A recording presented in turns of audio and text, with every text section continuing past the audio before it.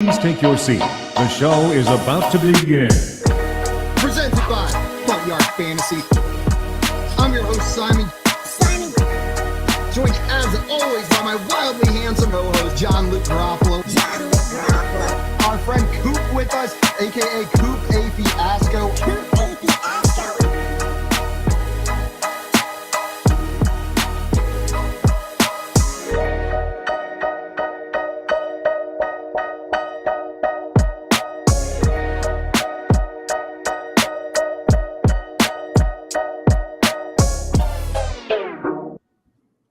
What's up, everyone? Welcome into the Front Yard Fantasy Morning Show here on Better Sports Network. I'm your host, Simon, joined as always by my very handsome co-hosts, John Luke Garofalo and Andrew Cooper. What's up, boys? What's up? Morning. We got Tommy in the chat already saying, yo, yo, yo, you know what time it is. Oi. What you just did there, Coop, there was a guy in my high school. Honestly, cool guy. So I don't want this story to make you think he's less cool. Think of this as a cool thing. He called himself the Phoenix, and he would walk around, and when he walked into rooms, he just would throw his hands up like this. And at graduation, when he rocked across the stage and they said his name, he got up, and when he was close enough to the mic, he screamed, "The Phoenix!" and threw the Phoenix up on stage at graduation.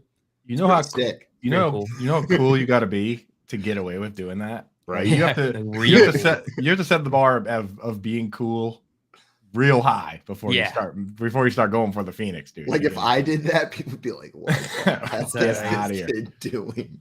On the dance floor, I do every once in a while release the dove, kind of throw the hands up, let it fly. You know, that's a great wedding dance. Pretty strong move. There's a lot of doves being released, a lot of showers being done at my wedding. You know. Showers. At every family wedding I've ever been to, at some point, the whole dance floor breaks out in a uniform pencil. Like somebody starts a pencil, and then all of a sudden, everybody is just arms by their side, legs completely straight, trying to bounce up and down. And it's the most ridiculous thing to just stare at from the outside in. I got to get the dove move flowing at the next one. See if I can get everyone releasing the doves. We can have a whole flurry of them. The doves and the pencils, bro. I saw not a lot of pencils going on at mine. I might have to get that going. Now, it's an unspoken thing. Like one person does it, and then other people are just like, "Yeah, that's the move." Yeah, and you know what? I say one person. It's usually Uncle Fuzzy. Uncle Fuzzy's a pencil machine. He's one of the best in the biz. He's the best in the biz at the pencil game. Uncle Fuzz, if you're listening, shout out. You can kill it at that pencil. We got Craig in the chat this morning with a Grimace gang. If I squint at that log of wood, I think it's an oven mitt, and then the bacon squad for JL. And then that would just be hogs. Yeah. Grimace in the Grimace jacuzzi having a morning, bro. What's up? Yo, Grimace is unhinged, bro. He's in a Grimace jacuzzi by himself. What are you doing, dude? Dude, somebody needs to take out after it. I was trying to read way too deep into Craig's emojis. It's logs and hogs, baby. It's logs and hogs. And aliens. Hogs. I like it, dude. Aliens. And good morning, Maria. Welcome in. Glad to have you in here. Maria. Maria. So many good songs you can sing. Dear Maria, count me in. How many times a day do you sing a song to her? Every day. Every day? Wow. Every day. Which one never. Which one did you sing this morning? Or is it too early? You haven't gotten to the song yet. You do have a long day. Oh, no. I totally got to the song already. I sang, "Good morning. Good morning. I love you. Good morning." That's beautiful. Beautiful. Classics. Every time. Doesn't even have to sing Maria. Agumba Wale. That one. Sing that. She's like, my name is Maria. Damn, that kind of makes me want a team to give Dari Agumbawale another shot because that's a banger, dude. That wants me to get my maracas out and at least give him like a third down back roll. You know? The first time Joe said that, I was like, you literally have made it so I can't hear that man's name. Like you'll hear it on the announcers and you'll swear to God they just sang it as well. Like not like you sing it, but like you start hearing it from other people sing song and you'll be like, Tony Romo did not just sing that on there. I'm positive of it. But you're like, but did he? Did he? That's a much better player song than Tyler Igby picking Tyler up rice Igby. at a church where the wedding has been. All Much better, lonely much people, better. where do they all come from? I think that's. I see you've been practicing for your London trip. Tyler Igby. Yeah, Tyler Igby. me and Murph are gonna be leaving the bar singing Tyler Igby. Doing your Scooby-Doo impressions. I so gotta badly work on that one. want to see video of you doing that accent in London and just just seeing people's reactions. I just want to see you like go and order a coffee in that accent at a coffee shop in London. Can we make it happen? Hey, Tyler Igby. You might get the shit beat out of you. Did you put the kettle? Did you put the kettle on? They truly, Shit beat out of you. yeah, you're just gonna get beat down in a coffee shop in London. Is what's gonna happen. Give us a bit of the Earl Grey. Oof. Guys, I see Jolly Rancher in the chat saying top of the morning to you guys. Top of the morning to you. Good morning, Mama Grunewald. Guys, I saw something yesterday that I brought up to JL, but I just don't buy it. Okay. Like it seems like the worst cover-up job that the NFL has ever done, and it's for something so stupid. But the referees that asked Mike Evans for his autograph, right? I'm still gonna call them the referees that asked Mike Evans for his autograph after the game, because that's what they did. The story is apparently because Evans and one of the sideline referees went to the same college, they intrinsically know each other and what each other want. And so Lamberth was giving Evans a phone number for a golf pro for lessons, but he didn't have pen and paper, so he had to get it from another referee. And that's why they were talking to Mike Evans after the game. I read that and I was like, psh, like, yeah, right. They were just getting it on. It's almost elaborate enough to believe, though. But it's just a little bit too elaborate to believe. Know what I mean? Like it's a little bit too clean, too perfect. It's like your story has a little bit too much right there where you tried to cover your bases. Oh, and they went to the same college. They know each other. And so they had to get golf lessons. Like, Jill, you brought up yesterday, like, how the hell did he know he needed golf lessons? Like, that's almost like, worse, right? Yeah, like what led to them talking golf in the whatever it's called. What do you call that? The runway? Yeah, the runway. You nailed it. I'd say give that big guy a little break from Bucs games for a little bit. You know what I mean? It's a little breather, you know. Just a little, you know. There's like, you know, somewhere between 12 and 16 games a week. Maybe don't assign him to those games for a little bit. I still think the premise is stupid that the players and the refs can't talk to each other in that like sense, but I agree with you, Simon. It is just like kind of elaborate. It's like why did you start talking golf? I'm just imagining Mike Evans like on that big drop, like it hits the ground and he's like, damn it, I need golf lessons. And the sideline referee runs up and he's like, you'll have to see me after the game. Got you, man. Yeah, meet me in the tunnel. Like that didn't happen. Or if they're just like casually chatting to the point where they can get to the point where like Mike Evans, that's like at least 10 back and forths in before someone brings up that they need golf lessons, right? Right. Like you don't open a conversation with that. That's not the first thing you say to someone when you walk into a room. Or you talk about it at literally any other time possible. Yeah, if you guys are friends from college, just text each other, bro. Wow. Like, why I got to talk at the game? Well, I got it's you. 2022. Instagram chat each other. Yeah, they're close enough for him to know he needed golf lessons, but not close enough to where he needs to get his phone number now. Right? Yeah. Like somehow before the game, he knew he needed golf lessons. I just thought, hey, I got to talk to you about something much later, right? Just a quick one of those on the field is fine. I mean, people seem to. Mike Evans is like, me? What? Okay. Complete strangers seem to find me to ask me if they should start Tyler Conklin or Noah Fant every week. So, like, it's probably not that hard to find. Because you advertise to those complete strangers. No, I don't tell them to DM me on these like hidden Reddit DMs that I can't even find. Coop, here's the secret sauce. If you go to my Twitter, what you're going to see is like, I think are the most live. recent thing I tweet. Yeah, you're going to see some of that. And then you're also going to see like, do you wipe with your dominant or non-dominant hand? That was a very important thing I asked yesterday. So no one's really like messaging me like Tyler Conklin or Noah Fant, but sometimes I get the DM like, it's got to be non-dominant because it's improper etiquette to wipe with your dominant hand. And should I see a doctor? Is this normal? Those types of texts you Is get. it improper etiquette? Like, it's not like this is like rural, where there's where you don't have a sink. Like, I mean, in what situations are you taking a growler where you don't have a sink within 5 feet of you to just wash your hands? I guess the premise is the complete trust in your hand washing ability and others' hand washing ability. I'll tell you right now, I think probably the best there's ever been.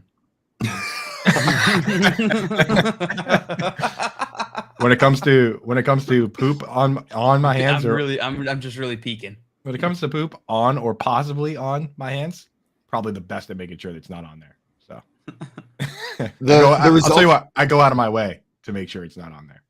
Incredible. You're a man of honor, Coop. That's so honorable. Yeah, and you over here are like, I don't trust myself enough to use my good hand. So I'm just gonna use this. I'm just gonna use this hand I have here, this disposable hand I have here, and just cover it with poop and go about my day. Craig brings up a great point. Kids are terrible at hand washing. So if you believe when you learn the wiping maneuver is maybe when it's most useful, and you would probably have that stick with you the rest of your life. So maybe it's less of it's important for you to do it now, and more you should teach your kids to do it that way, and it's probably going to stick with them forever, even though it doesn't matter when they're an adult. I'm going to be honest with you, Simon. I don't have kids. Me neither. But okay, but the thing is, then here's the exchange. Here's the exchange. Right? Yeah, if we had kids, we wouldn't be on here talking about football 3 hours every morning. Here's the exchange. Packing a lunch and doing real important things. Is it worth it to do the suboptimal wiping in the first place? I would challenge you that I am not suboptimal at wiping with my left hand. I think I would be suboptimal at wiping with my right hand, because all my training's with the left. And how much force? So you have a higher ceiling. There's a higher ceiling with your right hand than with your left hand. I think it caps. Although ceiling. it's like if you can cap out the ceiling of wiping, then everyone should be able to reach the ceiling of washing your hands. Just one you're doing with your eyes shut, it's like a trick shot. I have no idea what we're arguing about. We've got a high school baseball team, Coop. Okay, right? High school baseball team. They're in the state championship game. You plug Chipper Jones into that team. They're probably going to win, right? But also, if you just take a random D1 baseball player and plug them onto that team, they're also still probably going to win. I'm saying you don't need all that ceiling. How much force or precision are you using with that right hand? But think about the axe here. First of all, you're making Chipper bat lefty already, right? So you're already putting him at a disadvantage. The other thing, dude, is that one of these maneuvers you're doing is a through the legs windmill dunk. Right, which is the wiping. You can't see what's going on, dude, unless you have some sort of elaborate mirror setup. The other one is it's the only way. The other one is right in front of your face with your hands. You're just washing them right here. Look at that. So that's what I'm saying, dude. You got to pick your maneuvers, dude. I'm like, you can never be too careful with a washing your hands kind of guy. Take that additional precaution, and that's probably why I live over on the left side. What if you have someone else wipe? What dominant hand is live that? on the left. So wait, but the thing that's your extra. Then that's really a dominant. Does it matter if it's their dominant hand or not? If you want to take this to another level, then you go and sit down at lunch and you put your left hand behind your back and just eat with your right hand. You got this one poop hand behind your back, and you're like, one hand. hand. Keep this one far away. You still eat with both your hands, doofus. Just had to throw that one in. Let me just tack on this. Let the record show. I retract the doofus. I apologize for calling you a doofus. I understand. We get caught up in the heat of the moment, especially on important topics like these, Coop. I will retract the doofus. I apologize. But I just really appreciate that we're able to have the difficult conversations like these, Coop. I understand a doofus slips out from time to time. Right. No, and you know what? I hear you. You're probably right. I don't think it's harmful to wipe with your left hand, though. I think that's where we disagree. Okay. The results of the poll were interesting. Coop, most people agree with you. Over 80% of people, it was 85% last time I checked, wipe with their dominant hand. But the non-dominant crowd was very vocal. The non-dominant crowd were the ones commenting. They were the ones who had something to say about it. Like the dominant hand people were just like, yeah, I've never thought about it. The non-dominant hand people were the ones who were like, I'm so glad you asked. Like they were ready to go. If I've learned anything from Reddit, the vocal minority are the most dangerous. Also, Craig in here, I think we got you beat, Coop. He says Chipper Jones batted from both sides of the plate. So we win. Left-handers And win, baby. That settles it, dude. That settles it. Isn't there a culture somewhere, like an international culture, where it's rude to shake with one of your hands because that's the poop wiping hand? My guess, I don't actually, it would be culturally insensitive to even guess without knowing, so I'm not going to do that. But if I had to guess, I'm pretty sure that's true. I know there's really strict like handshake and greeting etiquette in Japan. Like I used to work for a Japanese company, and before we would have like executives come over, we would get like lessons in like etiquette on greeting them. Like with business cards, you would have to two hands present your business card to them at the same time. You then take it, you have to read the business card in front of them, like show them that you read it, then you bow, and then you have to leave it on the table in front of you the entire time you're at the meeting. You're not allowed to put it away. So the business cards have to stay out. It's considered rude to put it away. So I know there was handshake like etiquette we learned as well, but I don't remember what it was. Well, I guess in that sense, I think it's Indian culture is maybe the one I'm thinking of, where it's like it's considered rude to do things with your left hand because that's your hand for personal hygiene. I was going to guess, but didn't want to guess that. Now in Japan, Simon, I did look it up. Since you're presenting your card with both hands, then it doesn't matter which hand you wipe with. Right. Yeah, that would make sense. JL, I want you to weigh in on this one. Tommy, interesting point in the chat. So I'm one of those guys who believes when you pee in public spaces, it's cleaner not to wash your hands. I know where my ween has been. I have no idea who touched the faucet last.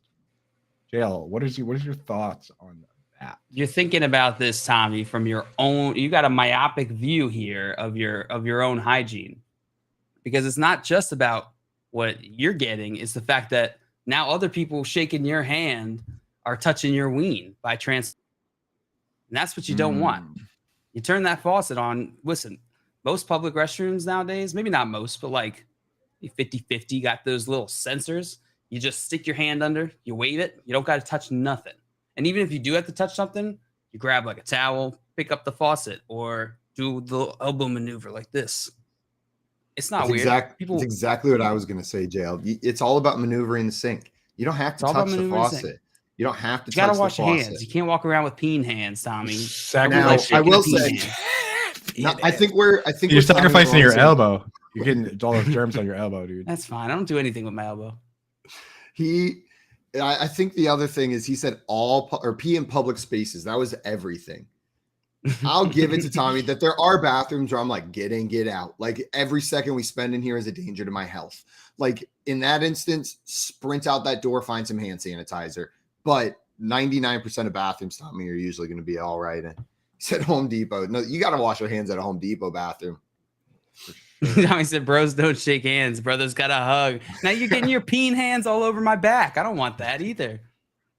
And your elbows that are all covered from like touching faucets with them. Nasty faucets. Well, I'm glad we covered that topic. What is this show about? Yeah. This show's about football. Hey, all right. There's an interesting Belichick quote we could talk about here. I don't know if you guys saw this, but Andrew Siciliano tweeted out that a reporter asked Bill Belichick, if Mac Jones is healthy, is he the starter? Belichick said, again, that's a hypothetical question. Let's see where that is and what that is. Pretty good. What? Dude, I saw a breakdown of so somebody took comments that he's made throughout the press conference and broke them all down together. Let me see if I can pull this puppy up because it makes it even more ridiculous. Because earlier he said that here it is. Andrew Callahan was there. He goes, Mac was healthy enough to start, but he broke down the full extent of the conversations between all the guys there. He says Mac was healthy enough to start, but his health factored into Belichick's decision to play QBs. Then Belichick said pulling Mac wasn't a medical decision or an outright benching. Then Belichick said he won't say if Mac was healthy to play the whole game or if he's the starter now. He goes, let's see where that is and what that is. That's what I was what does that mean? Watching a tennis match. He basically came out and said, like, every possible thing while saying nothing, which is his specialty. It's like you might as well have just answered like, are either of them really the starter? Like, Are either Exactly. real? aren't we all the starting quarterbacks It's of the all New a England Patriots if we simulation. really think about it? We're all made of the same stuff as stars in the end of the day. he hits him with like the Neil deGrasse Tyson. We're all don't made be- from stardust. Don't we all look up at the same stars every night? Like that's how he answers the question. Dude, the moment so Bill worried Belichick about starts who the getting next- poetic, Yeah. it's done. We're He gets so worried about who the next star is. We forget that we're all stars when at the end of the day. If you want him to get poetic, ask him about the history of the long snapper position, and he'll get poetic for about 25 straight minutes. But if you ask him about the 25 actual minutes. the actual football team during the press conference, which is the designated time to ask him questions, he will become very upset. Oh, I see Fancy in here saying all handshaking should become high fives. Morning, dudes. Morning, Fancy. Welcome in. What's up, Fensty? Fensty making a great point, dude. That's true. I'm cool with the high fives. I'm cool with the daps, I think, but they're just different forms of handshakes, guys. Yeah. Normalize the fist bump. If we were going to convert over to daps and fist bumps, that would have definitely been it. Oh, the Obama era was the time, because he set the tone with his daps and his fist bumps when he would throw them out 'cause there. he's just the man. Joe Biden's not going to make it happen, dude. We gotta we need. We rely on the president to set our cultural I think I think we do, dude. I think And we do. need to wait for one to come to let us know that we can dap all the time. I'm just saying, dude. I didn't have a tan suit until Obama was president. Now there's one sitting in the closet ready to go. Ready to I rock. love Obama. Obama, come Jesus. on the show, please. Man. Tom, Keith, get Obama, please. Get Obama, please. Oh my God, Keith, I will love you forever. we got Dustin in here saying Jail's facial hair looks way darker than yesterday. Progress looks good. Killing it, We're JL. seeing, Growing boys. that- We're seeing what happens. Experiment. It's pretty uncomfortable. I almost What do shaved you- it this morning. Oh, you growing a little something there? I've never grown out my beard ever in my life. Yeah, I've always let just it shaved ride, dude. it. Good So I was start. like, I'm gonna see what we got. I'll tell you right now. Off. I'll tell you right now. It looks like a Fu Manchu at least is entirely possible. Oh yeah. That's Worst what we're case working with. Worst case scenario, dude. Chew it for a bit. That'd be nice. We'll see. It's the cheek hair that's really the. Yeah. If this doesn't come in, it's over. Game over for me. I'm not going goatee. I'll It's tell not you. 1980s. I'm not my Can I- dad. Can I give you a first beard pro tip here? Yeah.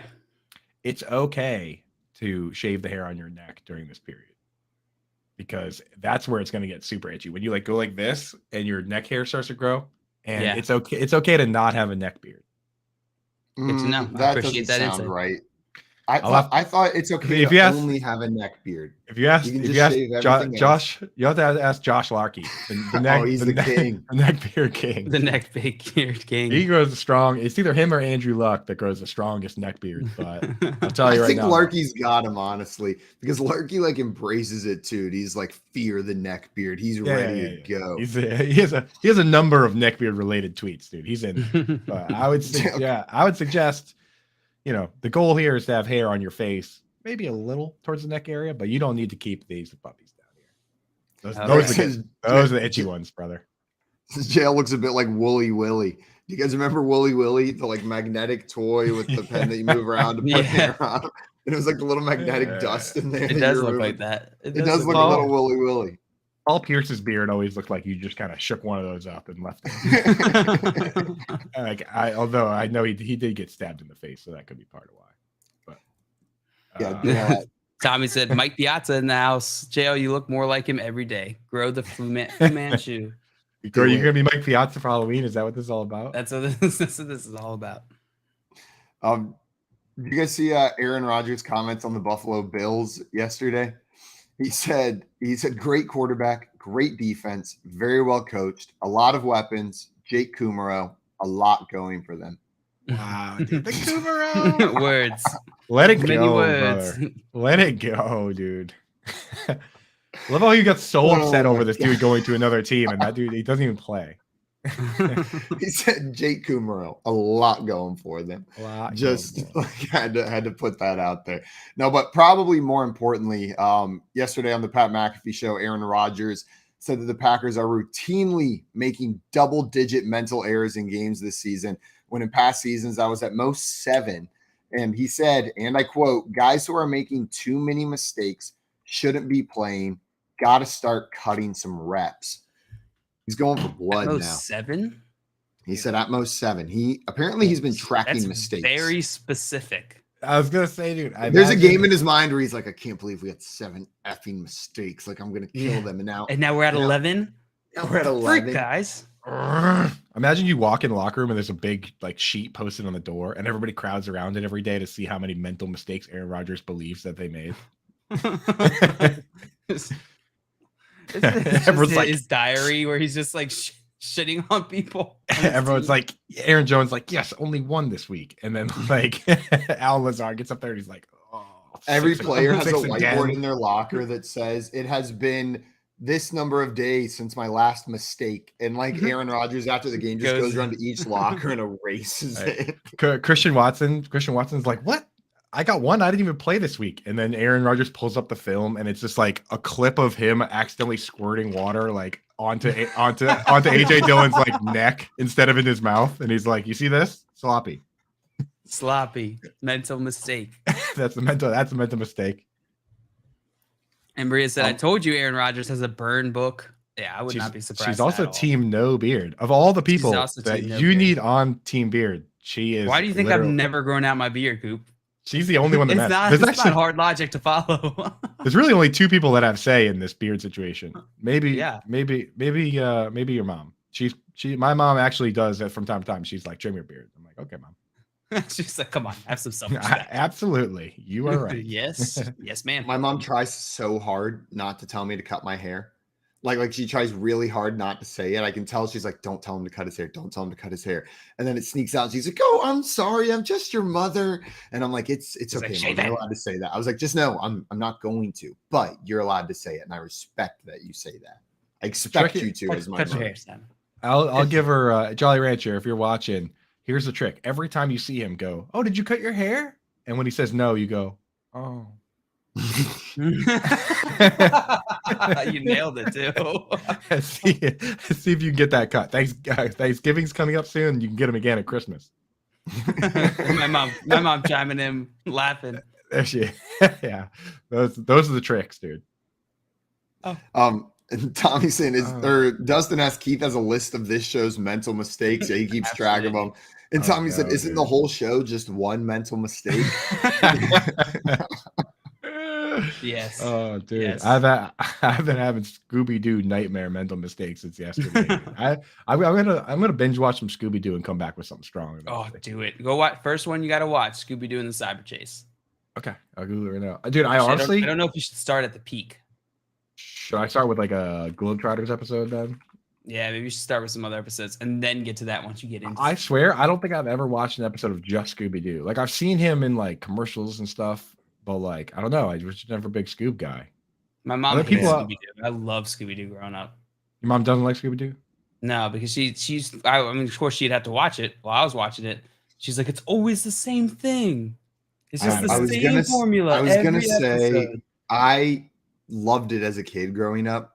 I went back and was like watching some in the background, and it's fine in the background. Like I was not enthralled by what was on my screen, but I still treasure Scooby-Doo for what it is. It is what it is. They found a formula that works, and you know what? They do it very well at times. So say what you want about the specials down there. I see you, Tommy, saying specials are horrible. Scooby-Doo and the Cyber Chase was a work of art. I mean, my experience, I mean, my limited understanding, an episode of Scooby-Doo to me goes like this. Some dude contracts them to check out like a haunted mansion, right? They walk around, fall through like a rug covering a hole in the ground, and then they find the guy, and it turns out that it was the dude that contacted them in the first place. You're missing a very important part of the sequence. There's always a montage where they are running around and there's music playing, and the villain is chasing them, and and it's this whole like fun, like ho ho, you got me, I got you, didn't get you, got me. Somebody's holding the ghost. Somebody's holding the ghost in their hands by mistake. exactly by mistake, and then he throws it up and they run away in different directions. Yeah, absolutely. That's in every single episode, and it's usually about 75% of the way through. Sounds like a pretty good show. I'll have to get in. I'll get in there and I'll redeem myself with the impression.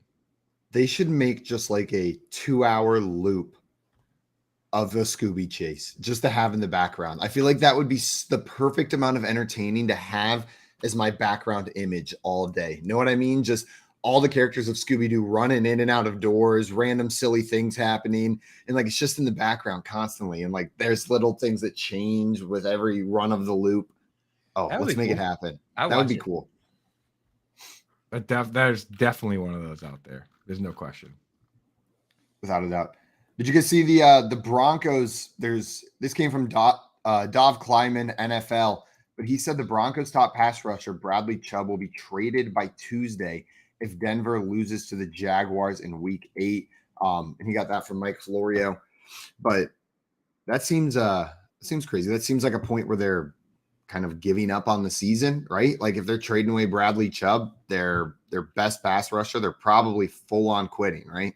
Dude, I heard that rumor, and it extends into a world that would make our own Mr. Simon very happy boy. There's also a rumor that Jerry Jeudy might be on the trade block, in which case our long-haired tight end friend could, one of two long-haired tight ends they have. It annoys me that Eric Tomlinson is allowed to also have long hair, because I thought that was I tweeted about that. I thought that was Dulcich. I was like, dude, one long-haired dude per crew, please. But if Jerry Jeudy's gone, that removes. So like I look at a number of metrics for elite tight ends. I have an article up. If you go to it's actually pinned to my profile right now on Twitter, because it's called "What Makes an Elite Tight End," and I go step by step everything I've learned about the position. And there's a number of boxes that need to be checked. The number one most important box is that for high-end upside, elite tight ends, is that the tight end, at least in his range of outcomes, is that he can be a top 2 target on his team. And if Jerry Jeudy were removed from this team, he would not only hit that box, but he would hit boxes like doesn't block on pass plays, which he doesn't. Lines up at wide receiver, which he does. He runs high A-dot routes. His routes are all over 10 yards. Like this guy would check. He checks literally, as of right now, just about every box except the top 2 target box. So if Jerry Jeudy gets traded, I'm not just talking about back end tight end 1 here. It could be full on wheels up, top 5 upside situation. Oh my gosh, I would be so happy. And the teams where I held him like just stupidly through the first 5-6 weeks. There's a couple of them where I was just like, I'm going to keep holding. Those teams will be very happy. But also, I'm a big Jerry Jeudy guy as well. Like I love Jerry Jeudy. I love his route running ability. I would be thrilled to see him in a better spot right now. Like him to the Packers, that would be fun. And it looks like they're actively shopping for wide receivers as well.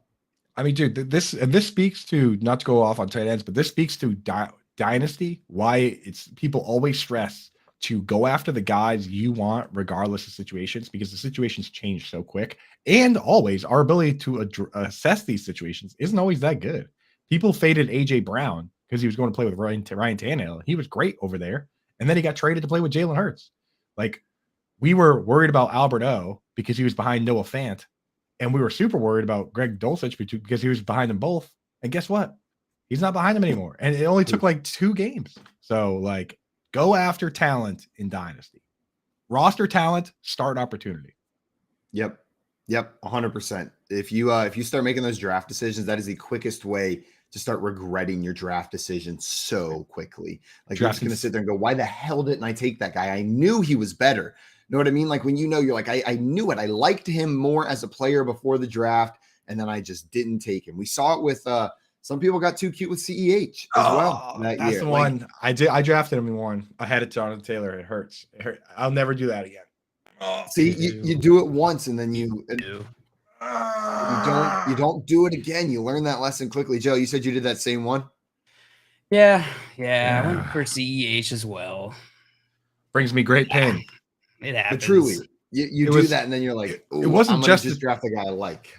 It wasn't just the Chiefs. It was also the pass catching. But like then I look back at it and I was like, Jonathan Taylor doesn't need to catch passes. He's amazing. He ran for like 1,800 yards or whatever. So same with Kenneth Walker. Like Don't worry about that. Just draft the players that are good. Also, Craig was coming in here with a good tidbit saying Bradley Chubb is in the last year of his deal. They signed Randy Gregory to a big deal, and Baron Browning has showed well as a pass rusher. I don't think it is giving up. I don't think they want to pay him. And then Chubb has also been injured a ton and has not had the stats to match his draft position. So this, to Craig's point, the Patriots traded away Chandler Jones in a similar situation and then won the Super Bowl that season. now it was the Patriots, right? Like I don't think the Broncos. They must have cheated somehow. No, that's yeah, that's what I was saying. That's 100% what I was saying. I'll tell you, the Broncos coming into the season definitely had those aspirations. They did. Yeah, that was for real. And shout out Tommy at the beginning of the year. I think it was pure homer bias, but he was 100% right about these Broncos being absolute frauds. Gotta eat a tomato. The NFL suspended chief defensive end Frank Clark for 2 games for violating the league's personal conduct policy. Does this affect your guys' your thoughts on the Chiefs here, Chiefs defense? Oh, I didn't see What was that. it that he did? Yeah. When did that come out? Last night? I've seen it this morning. I don't know when it dropped though. Oh, here we go. 13 hours ago. Ian Rappaport. Stemming from him pleading no contest to a pair of misdemeanor charges from June 2021, possession of a concealed firearm.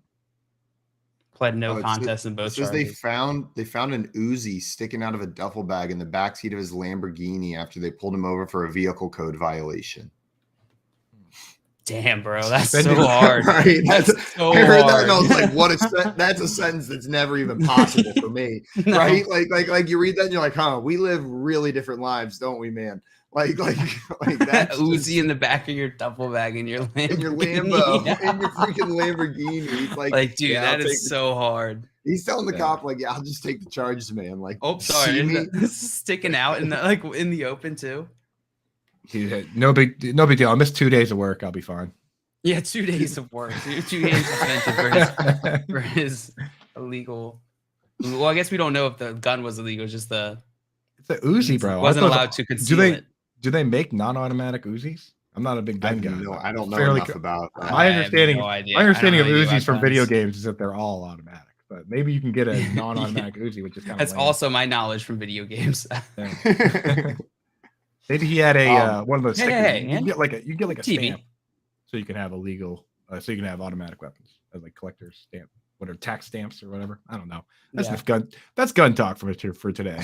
That's gun talk for today. But to answer your question, JL, yeah, of course it has a negative impact on this Chiefs defense, but they have the top scoring offense in the league. I don't think this affects the outlook for them too much from a touchdowns perspective, right? I think they've scored the most touchdowns in the league by a decent chunk, if I'm not mistaken. Yeah. Oh, I'm also seeing on here KJ Hamler is actually being discussed more than Jerry Jeudy, according to Bleacher Report. That would trade away in trade rumors, yeah. That would get a big old whatever from me. Yeah, Packers are looking for wide receivers. Maybe Packers trade for Jerry Jeudy. That'd be interesting. That's what I was saying. But if they traded for KJ Hamler, I feel like Aaron Rodgers would be like, dude, you stink. Too many mental mistakes. He would just look at the coaches and be like, I know, I want the guy. Like give me someone who where people are like, whoa, like just one person, please. Catchy, all big I'm thing. asking. Give me a DJ Moore. Give me a Jerry Jeudy. Like anything. He's probably desperate at this point. Where's Will Fuller, dude? Where are you? That's a good question. I drafted him in one league this year, and I dropped him a couple weeks ago because I'm not just sitting around. I've literally heard nothing. Like I haven't even heard a whisper about Will Fuller. Dude, the fact that people are signing Deshaun Jackson means that he's not playing, dude. Yo, Pang in here coming in, helping us out. He said you can get a non-automatic Mac 10, you can get a non-automatic Uzi. I think it's called a Mac 10 technically. There you go. There we go. Well, okay, wait a second. If this is legit, no, this can't be right. Oh wow. I mean, I believe it looks like Will Fuller announced that he's officially retiring and he's transitioning to a career in video game content creation after signing a 2-year contract with the brand 100 Thieves, which is a legitimate brand. I wonder if they It is a announced. brand. I wonder if they announced that though. I don't You see know them. I don't see them denying it.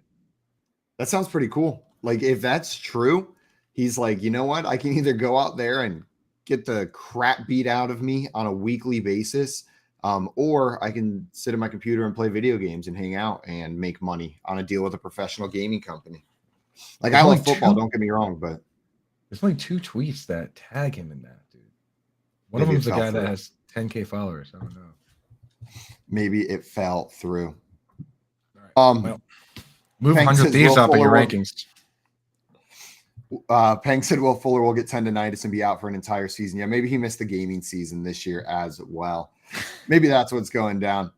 Guys, coming up, we're going to play a little bit of match game. If you guys have any questions for us, throw them in the chat as well. We would love to answer any and all start, sit, or fantasy questions you've got for us this week. We'll be talking some trade strategy a little bit later in today's show as well. We've got some hypothetically coming up, and then our friend Calvin Watkins is joining the show a little bit later today as well. You're listening to the Front Yard Fantasy Morning Show here on Better Sports Network. Front Yard Fantasy, weekday mornings at 7 Eastern on Better Sports Network. There was a tweet about the refs that had me kind of cracking up the other day because somebody was like, we have the technology to track the ball down to a centimeter and figure out, what speed these guys are running on the field. Yet somehow we still mark the ball by That's my favorite. a 60-year-old dude eyeballing it. And then we run over with literal chains and measure it. It's like, you think we could probably get that figured It's like out. the least precise way to measure something, and then immediately following that up with a super precise way of measuring something. Yeah, it's like we have satellite. Like if you're a millimeter short of that chain that they bring out there, that they ran out it as best they could in a straight line. But if you first they just go here, and then they grab the chains and they run in the straightest line possible.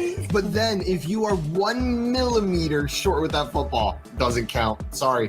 Couldn't have been human error. You're just short. That's exactly. And, they bring up the index card or whatever. Meanwhile, they have satellites in space tracking how fast Brandon Ayuk ran on an end around. But we can't. and I can see that number live while he's doing it. Like I can see every player's speed on the screen live. I love that. It's and not to mention that dude's trying to make the spot, and the player always tosses the ball right into his face. Right? He's coming over to spot it, and it's every other time the player just here you go. Here's another thing to juggle. On call with Dr. Roto. If the Giants don't win another game this year, A, I'll be shocked. But B, I'll still think that they're better than they were with Joe Judge. Much better. Because I think Brian Dable's got a lot out of this team already. And I'm seeing what this team could be. See, that's the problem with owners and general managers. I see Nathaniel Hackett and I see a guy who can't get it done. I see Matt Rule and see a guy who never should have been hired. Disaster right away. Sometimes a good coordinator in the NFL is better. I don't even say sometimes. Most of the time, a good coordinator in the NFL is better than a college coach because the NFL coordinators, they know the system. They've been there. They've played. They've been around it. For the life of me, I don't know why Eric Bieniemy hasn't gotten a job yet. Deuce Staley's going to get a job. Somebody's going to hire that dude. When you've been around the game, you understand it. These college guys come, they don't know it. Join the show with one touch of a button. It's Sports Talk 3.0 on Better Sports Network.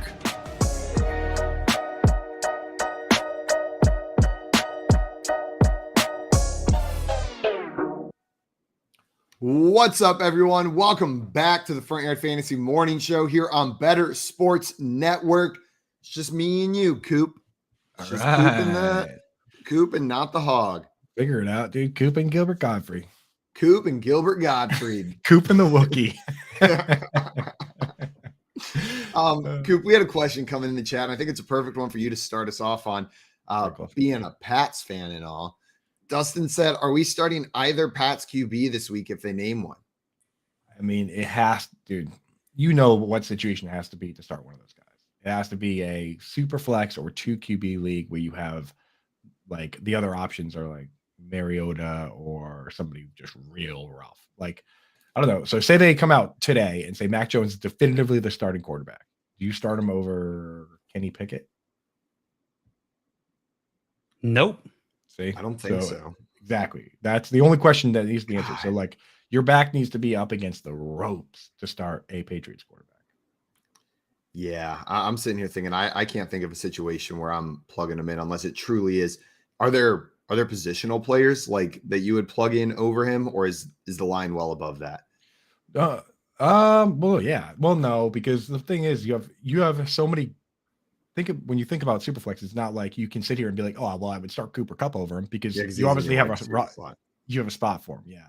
So probably not. I mean, you're still starting a quarterback no matter what at that spot. But like the problem with Mac Jones now is that let's say you even considered Kenny Pickett and Mac Jones exactly even. Kenny Pickett somehow has a lesser chance of getting benched than Mac Jones does. Like Mac Jones could go out and throw a pick and then get benched, and then you get negative. That's the real. His floor is now lower than anybody else because. So let me pitch a situation that I think isn't unreasonable based on how drafts went this year. Chris Godwin is on your bench as your fourth wide receiver. You drafted him late. Would you start Chris Godwin over Mac Jones in that super flex spot? Yeah, 100%, dude. Yeah. Okay, so I'm saying like that's a high option that you have on your bench, but I think there are teams out there with Chris Godwin on their bench, right? Like I've seen teams. We've had questions come in where they're like, here's my wide receivers. Who do I bench? And the answer is Chris Godwin because they drafted well in the early rounds and got a great value on him. I get questions all the time where it's like we one way or another, we tell them to bench a Cortland Sutton or a Tyler Lockett or a Dameon Pierce. Like start those guys over Mac Jones. I'm sorry. Yeah. So my answer is probably no. Are we starting another Pats QB? But it is truly a back up against the wall. There's no other options. Your next guy up is Marquez Valdez-Scantling. Then you can throw Mac Jones in that super flex spot. Good to go. Excuse me.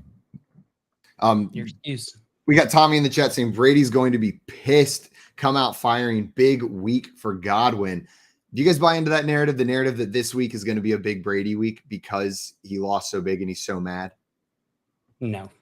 Kind of, actually. Kind of. We've seen it before. We've seen them take out their frustration on teams. Like, people forget that we're on to Cincinnati. Ever remembers the quote, we're on to Cincinnati? They forget that Cincinnati got absolutely crushed in that game. Like, they came out ready to steamroll, dude. So, I don't know. I could see it. Convenient that JL said no when they play the Ravens this week. Ooh, look out, dude. It's also a short week. Ravens could be missing some pieces, JL. Do you have as of yesterday, I saw that Bateman and Andrews not practicing. So we got to keep an eye on that. Tuesday.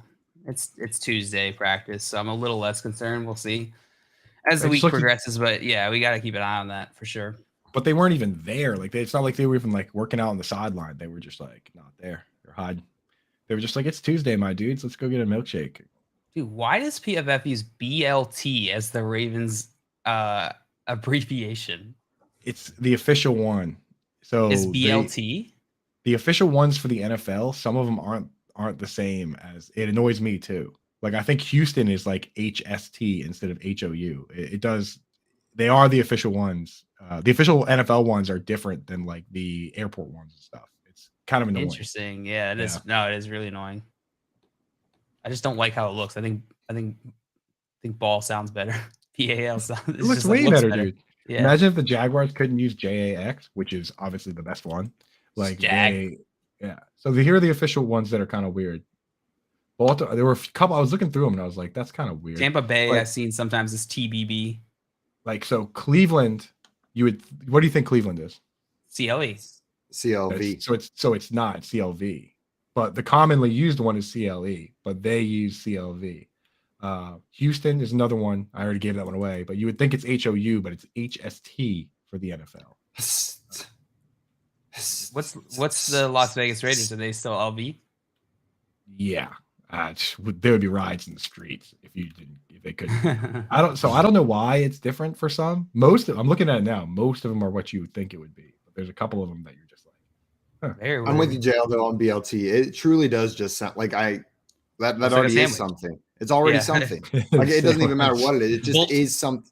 It's something else already. We know what a BLT is. It's a It's a lackluster sandwich. And it's not like they're like it's just that this is like a vowel thing because other abbreviations, other teams are using vowels. So why not just use the vowel? What do you guys think Atlanta is? ATL. If it is not ATL, that is ludicrous. I just had to throw one curveball in there just to keep it honest. Like, what do you think? What do you think? Like, what would it even be? What do you think Carolina is? CAR. Car.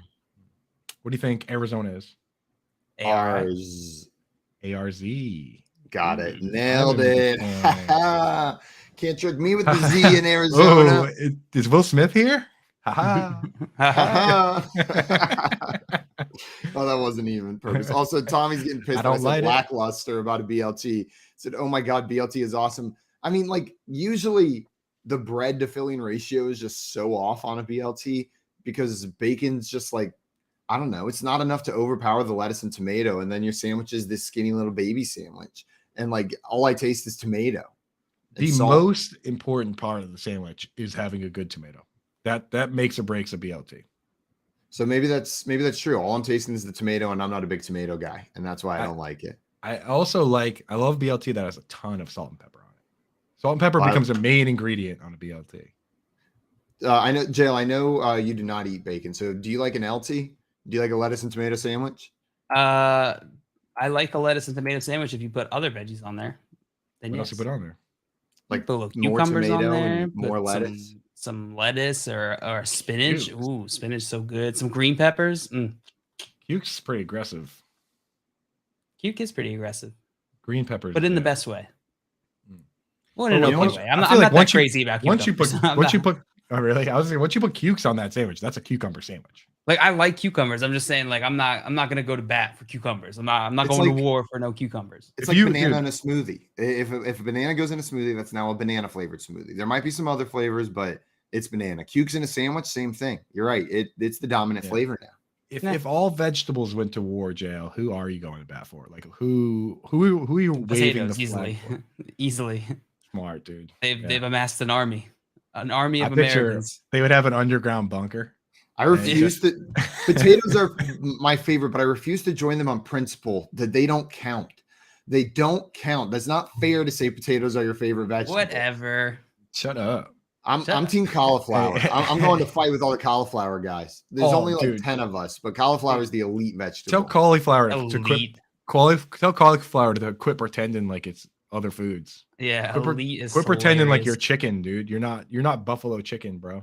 Cauliflower is fantastic, and I'm glad that it pretends to be buffalo chicken because it allows me to eat like buffalo wings like I used to, which I enjoy. This goes back to the Fig Newton argument though, where it's like, don't pretend that you're buffalo. Just be your own. Don't pretend that you're buffalo chicken. Be your own thing. Be yourself. Be buffalo cauliflower. Stay true to yourself. I'm with you. I think it is buffalo cauliflower. I like buffalo cauliflower. I don't think it's trying to be anything else. If you go into it expecting wings, that's on you, man. Not on me and not on the cauliflower.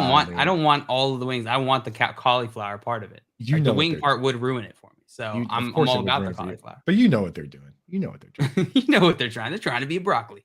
That's right, dude. Yeah, they're trying to be broccoli. Yeah. Did you know broccoli, cauliflower, Brussels sprouts, and at least one other vegetable that I'm forgetting all come from the same plant? Mm-hmm. I did hear that. Same plant, and they all come from the same one. Like Brussels sprouts, same plant as a cauliflower. That's mind blowing right there. I think one of the leafy greens is in there as well. I might wave the banner for that. If they are all one team, that's the banner I'd wave because I like all those. I'm a big Brussels sprouts guy. Brussels sprouts grow like a sleigh bell, like the sleigh bell instrument. That's how they grow. Is like just dangling like that. Even better, dude. Dangle me some of those tasty boys. Dangle me some of those tasty boys. Sorry, Joe, you were saying? Can you dangle me a couple of those? Speaking of dangling berries, you guys want to help me with a lineup decision? Yeah, I would love to. So I got a lot of injuries on this team. It's a dynasty league. Mike Williams is on buy and out now, so I'm taking him out of the lineup, and I have to start someone in my wide receiver or flex position. You know, let's do flex. So I'll move T. Higgins out of the flex here. I need to decide between Paris Campbell, Romeo Doubs, Wan'Dale Robinson, or Alec Pierce this week to start. Which of those, or Michael Gallup? Forgot to mention Michael Gallup. Michael Gallup, Paris Campbell, Romeo Doubs, or Wan'Dale Robinson. Which of I'm those? mad at Michael You said Gallup. Alec Pierce instead of Paris Campbell. And Alec Pierce. You have Paris Campbell and Alec Pierce. What have you done? Yeah. What have you done? What have you done? That's a very dynasty roster where like you just like you're like, okay, I'll get someone here. Like one of these guys is gonna hit, and then they all kind of hit, and you're like, and now I'm screwed. It's like dynasty. now I don't know what to do.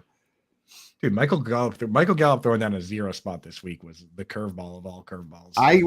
I came in 7th in the Baby Bowl this week, or top 10, and I had Michael Gallup in my lineup. Like I was up there, dropped a goose egg in one of those spots. I'm so mad. Like it was a Did you great start week. Burrow and Chase? I started Burrow. I don't think I started T. Higgins because I'd already used Chase. Did you have, but I had some did other you have big Josh plays. Jacobs in there? Like, how'd you score so many points with a 0? I'll let you know You only in a start second. You only start 7 dudes in that. Let's go over JL's team Oh, right. first, and then we can talk about. Well, let's sort one part of this out first. This week, would you guys rather start Paris Campbell or Alec Pierce? Paris Campbell. Hard. It's Solid targets. Can't go away from Paris Campbell. Yeah, even with a new QB though, that's the curveball. All right, so at least today we can take him off the list. We're not trusting Michael Gallup. We can take him out. Take him out. Yeah. Okay. So it's Romeo Doubs, Paris Campbell, and then there was Wan'Dale one more. Wan'Dale Robinson. Oh, for me, it's yeah. between Campbell and Wan'Dale for me. Dubs is the odd man out right there, and for me, it's like, do you want the safety? I feel like you're going to get a little bit more safety from Paris Campbell, or do you want that upside from Wan'Dale Robinson? And Yeah. I'm chasing some upside I probably want because I want 10 targets, dude. You're going Campbell? So that's the decision you're making, JL. I think Coop's going Campbell. Wan'Dale, I think he's going to be the lead target on his team. Like he's going to get the most targets on the Giants, but I don't feel as secure in him. But I'd go Wan'Dale Robinson. Last 2 weeks, Paris Campbell's played every single snap except one. What's the name of your team? The Island of Misfit Toys? It's the Labrador Receivers, actually. That's actually a phenomenal team name. It's backyard football themed dynasty league. Oh, that's great, dude. Yeah, I mean, I like that you have all those guys, but having to choose, but like if that was your bench and you didn't have to start any of them, that would be a nice spot to be in. But like picking between those guys, that's a tough decision you got. Tough choice, right? Yeah. Yeah. But the thing is, though, it could be worse. Those guys are at least popping, you know? Yeah. Like they're popping at the right time. I have so many injuries. Yeah. I got like a dynasty league where my entire bench is like Alberto, Harrison Bryant, like it's just like all these guys. There's a Terrace Marshall sitting there, and Andy Isabella, and I'm just like I don't even know what to do with Harrison I don't make Bryant. decisions. Harrison Bryant kind of on the up and up, though. You're right. I don't know if we talked about David Njoku being out for 2 to 5 weeks on this show, but he is out. Goop, a little bit heartbreaking, right? He was tearing his way through the season so far. I feel like it's like the prequels in Star Wars. You were the chosen one. You were like he was the only dude. He made it through the gauntlet of Kyle Duggar and Derwin James. Like it wasn't pretty. He only got 3 catches, but like he was getting 60 yards. Like you made it. You made it through. You know what I mean? 9 points against Derwin James. 9 points against Kyle Duggar. That's pretty nice, man. Like I was ready. He had 7 catches on 7 targets again this week. Like it was wheels up. We can't have nice things. That's what's happening this year, dude. Nothing is safe. Nothing is sacred. Mark Andrews is now hurt. Travis Kelce's on bye. Gerald Everett's on bye. Like, dude, we got nothing. My DFS 10 article this week is going to say mow the lawn or something. Like go outside. You know, like I got nothing for you for a tight end at DFS. You start Harrison Bryant. I have no idea. It's just Taysom Hill's your tight end one this week because you don't know what else is going on. So just I don't know. Taysom Hill. Just throw him in there. Forget it. It's crazy, man. Crazy land. So do you think Harrison Bryant's the main beneficiary here whenever with David Njoku out? Or do you think it's gonna be one of the other pass catchers? He's going to pick up the snaps. I don't think the snaps for anyone else is going to change. Besides the, they'll use like Farrell Brown or somebody as an extra tight end. So like Farrell Brown will play more of a blocking role. He'll step up. Yeah, maybe a little sprinkle on David Bell. I don't know, but it's not like you can trust anybody else besides Amari Cooper, right? Maybe Peoples Jones. Are you guys going there? I mean, he's had a couple games with high target counts. Donovan Peoples Jones.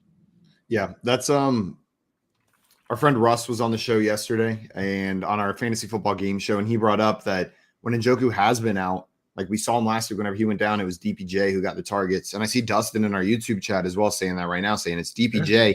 He got the targets last week when Njoku went out. So it could be DPJ as the beneficiary. Here are the lines for DPJ last few weeks: 5 for 71, 4 for 50, 4 for 74, 6 for 71. Pretty consistent, you know what I mean? And in PPR, every one of those weeks is between 9 and 11 points. I mean, could do worse. Absolutely could do worse. Also, Coop, I pulled up that Baby Bowl team. I had Joe Burrow, I had Josh Jacobs and Ezekiel Elliott. I had T. Higgins, and I had David Njoku, who got me 14 points before he went down, and Michael Pittman with only 9.3. But had some big scores in there, and then Michael Gallup just laying a goose egg on it for me. I wouldn't worry too much about the Baby Bowl since I'm going to win that league for the second year in a row. I don't know, Coop. I'm sitting over here looking at the standings, and I don't see you anywhere near me in the standings of these things. Oh, maybe that's not the full standings, because what's your name? I don't see Coop. My name's Coupe Fiasco. Why don't you go to Rob Norton's just pop over to Rob Norton's Twitter page real quick. He posts the standings each week because there's two different there's so many people in there that there's two different leagues, so he has to like put them together and then give the standings. So do you see the standings over there? No, I'm not going to look at them. I just completely ignored those, the ones that you just sent over there. I like to believe that the standings I'm looking at are the ones that are correct, because where are you in those standings? Where are you in those ones? Just behind Britt and Kevin Tompkins. Those two are ahead. Jaka in here asking, should I trade away Walker and Pickens for Justin Jefferson, PPR? Kenneth Walker and George Pickens for Justin Jefferson, PPR. That's a big boy trade. Not gonna lie, Jail. The moment you said, should I trade away Kenneth Walker, my brain said no. But once you finished the sentence, my brain is kind of saying, yeah. I was thinking that this was PJ Walker, and I was like, yes, definitely. Peach. Can't trade Peach, bro. It's too hot. You wouldn't trade Peach for the J Jets? Dude, no, you gotta keep Peach is hot. That's a hot Peach. That's a hot Peach. Hot Peach. You think he washes his hands after you gotta wash your hands. I was going the same way. He was washing his hands for an hour after playing against the Peach. The Peach rocked him. And he had Peach all over him. The Peach got all over him, dude.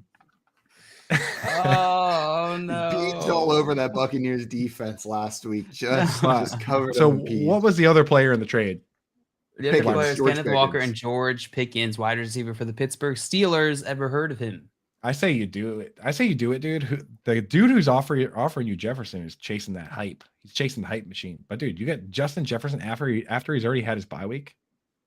Yeah, I'm okay with this trade. In most situations, I'm not trading away Kenneth Walker because there are a few running backs with the opportunity that he has coming up. But Justin Jefferson is that guy. He's the guy. Exactly what I was gonna say. Like I'm not trading away Walker unless it's for a Justin Jefferson, but that's exactly what's sitting on the other side of this trade. Like, would you guys do that for Jamar Chase? Same deal? No. I don't know. I mean, I trust Jefferson. It's kind of a cop out, but Jefferson gets to play an extra game than Jamar Chase does. That's true. That is a cop out. I think I'd still do it.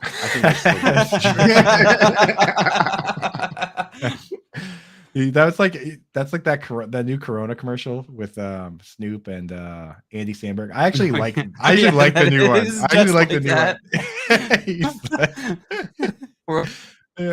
He's like, that's pretty terrible. Good. Yeah. But it sucked.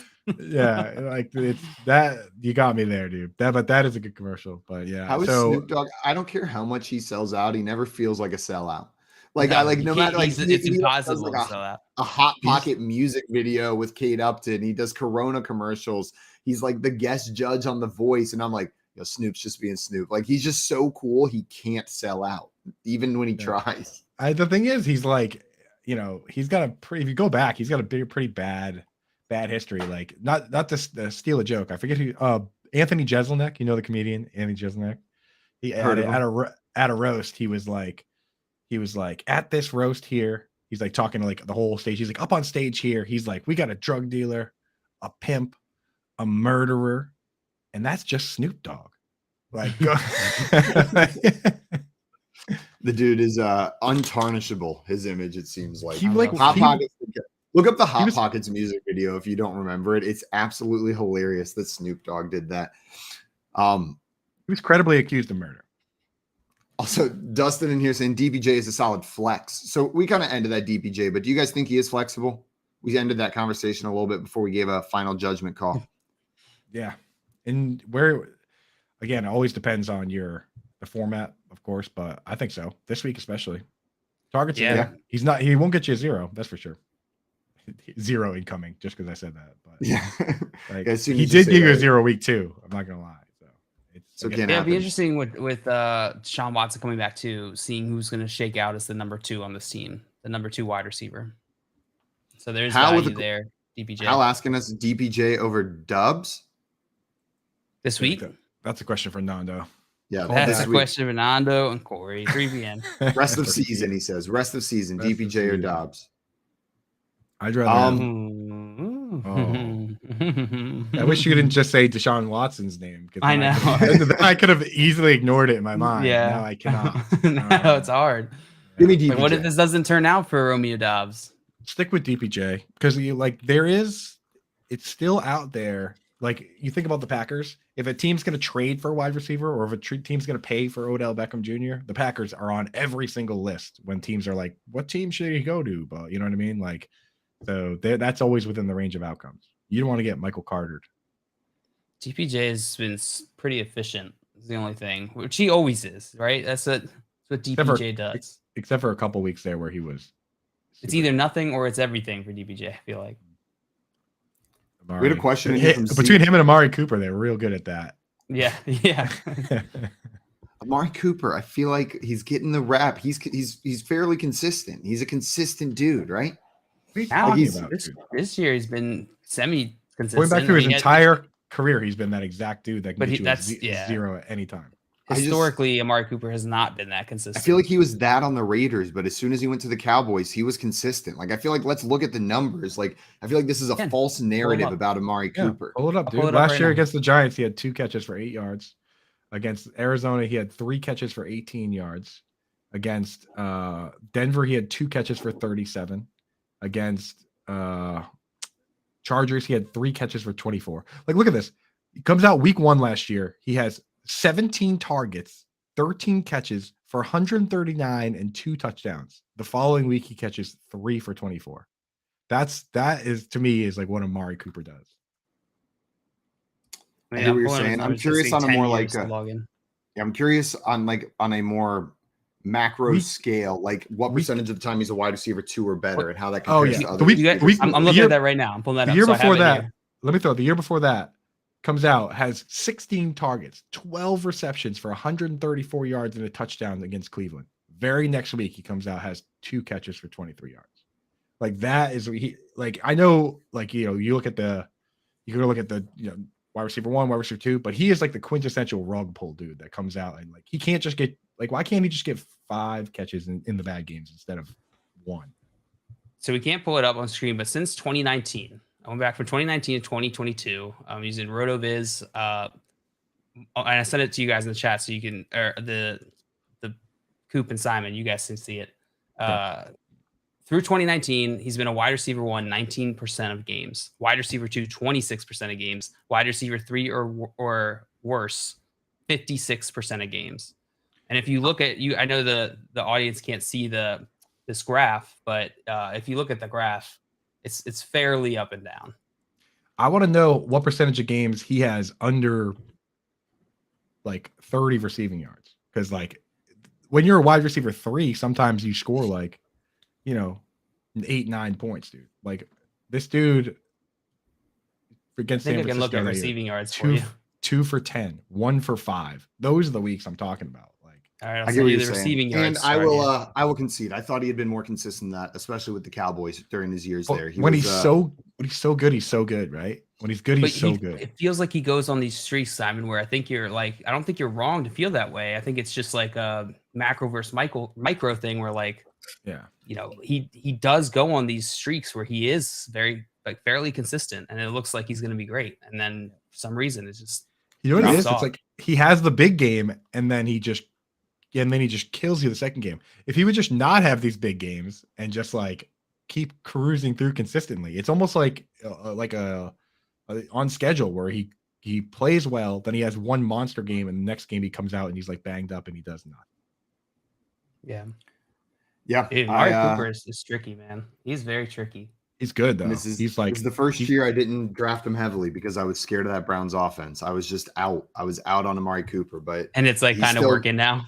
He's still good. Yeah, he's still good at football, right? Like it didn't change. I'm a defender of Amari Cooper, but like that's been his MO, the killer week. Mike Evans does it too. So just this season. So I just told you guys the numbers for since 2019 to 2022. That's the span there. In just 2022, he's been a wide receiver 2 57% of the time and a wide receiver 3 or worse 43% of the time. It's fairly more consistent, just less upside. He hasn't been a wide receiver 1 this season yet. Yeah, I can't believe that. He had 2 touchdowns one week. He had 2 touchdowns on the Thursday game against the Steelers. He wasn't a wide receiver 1 that week. He was a wide receiver against the Steelers. Yeah, wide receiver 2. Must have been a big week. 23.1 PPR points. And there are a lot of weeks where that's a wide receiver 1 week, I feel. For sure. And the week before he got 25.1 and was still a wide receiver 2. And week 5, he was a 20.6 and wide receiver 2 as well. Guys, we could talk Amari Cooper till the cows come home, but we have some questions in the chat that I wanted to make sure we got to. Z Money in here saying my running backs are Mixon, Walker, Pierce, and Singletary. I can only start 2. Michael Carter is on waivers. Should I pick him up? So wondering with the running back core he has, Mixon, Walker, Pierce, Singletary, should he even pick up Michael Carter? Not if you have to drop anything significant. Like, because you're not going to drop any of those guys. I wouldn't drop any of those guys, but I do want to pick up Michael Carter. I would pick him up if you can drop if you have a bunch of wide receivers that you're not using, drop one of those guys. But yeah, I wouldn't drop any of those guys for him. Would any of you drop Singletary? Either of you? No, absolutely not. Singletary should not be dropped. Right. So Singletary to me is probably your worst running back right now, and I'm not dropping him either. So I agree with Coop completely. If you can find someone else to drop to get Michael Carter, I would do it. Otherwise, no. Right on. Dustin wanted us to pick one, James Robinson or Michael Carter. So the 2 Jets backs going against each other. Coop, which one are you picking? My official stance on this is that I would only prefer James Carter in standard leagues. James Carter. In any Who's sort, James Carter. I would only prefer James Robinson in standard leagues. In any sort of PPR, I want Michael Carter. I think that pass blocking schemes can be tough. I think Michael Carter's a better pass catching back anyway. And James Carter's got like 20 pounds on Michael Carter. So he's probably the goal line back. Give me the pass catching back. Wait, did you go? You went. Oh, I would Michael James Conner standard only. Standard only James Conner in any sort. Sorry, James Robinson in any sort of. Hey, Aaron Rodgers sitting there like he's flipping over a new page of mental mistakes now after. Yeah, he's erasing the board. Yeah, the James Robinson in standard in any sort of PPR, I'd prefer Michael Carter.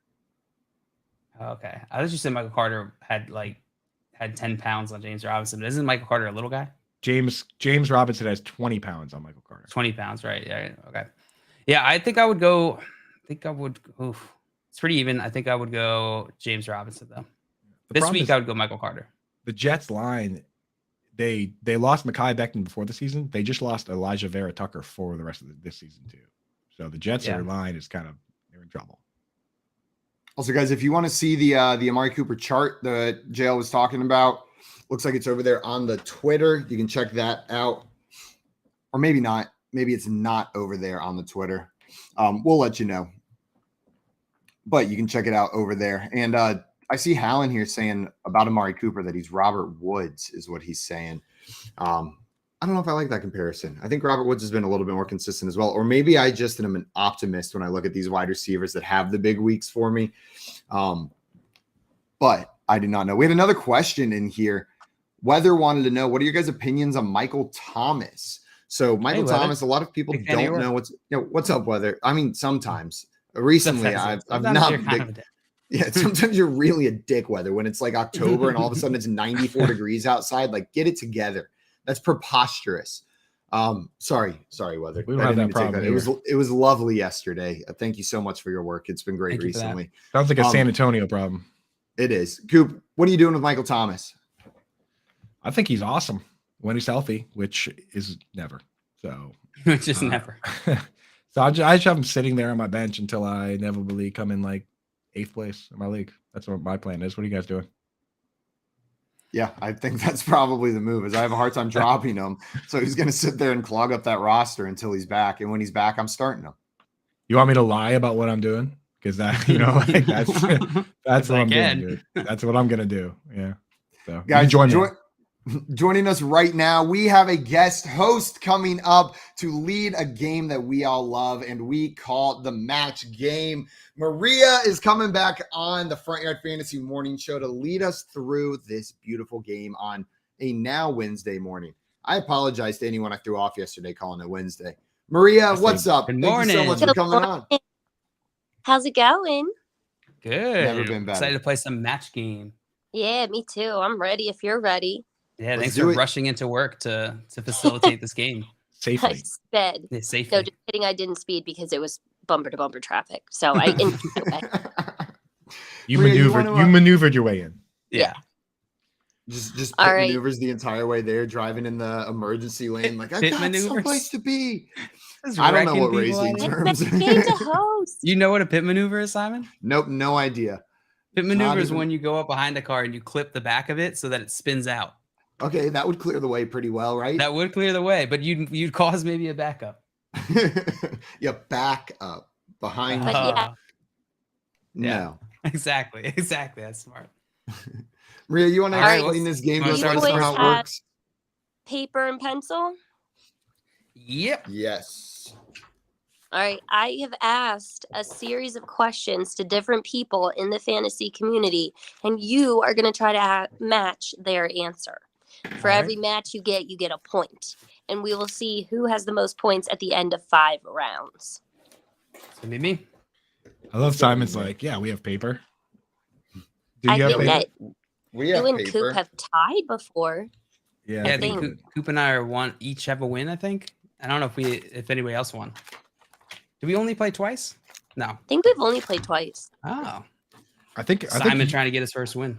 I think you have a win, and then we each have a tie. Maybe. Oh. I think the score is that makes 1.5 to 0.5 to 0. Maybe. But yeah, that half point. Pretty strong. Makes me better than Simon. So, I'm like the Texans after week 1. I see. I think Texas after week 1. I see these questions in the chat. We're gonna hit these very shortly here after our game of match game here. Quick round of match game. All right. Well, your first question, gentlemen, on a scale of 1 to 5, 1 being terrible and 5 being awesome. Oh, I meant to say that this question was answered by Z2 Fantasy. Ooh, Z2. Z2. Is that Okay. a cash? Toby. No, No, it's it's Toby. Z2. Oh, Z2. Different okay. guy. Sorry. No, On a you're scale good. of 1 to 5, 1 is being terrible and 5 is being awesome. Amazon Prime Thursday Night Football is. Ooh. What would you Yeah. give? What do you think he gave Amazon Prime? And this Thursday. came from Z2. Toby, our good buddy Z2. I do not feel confident at all in this one, but I've got an answer. Ready.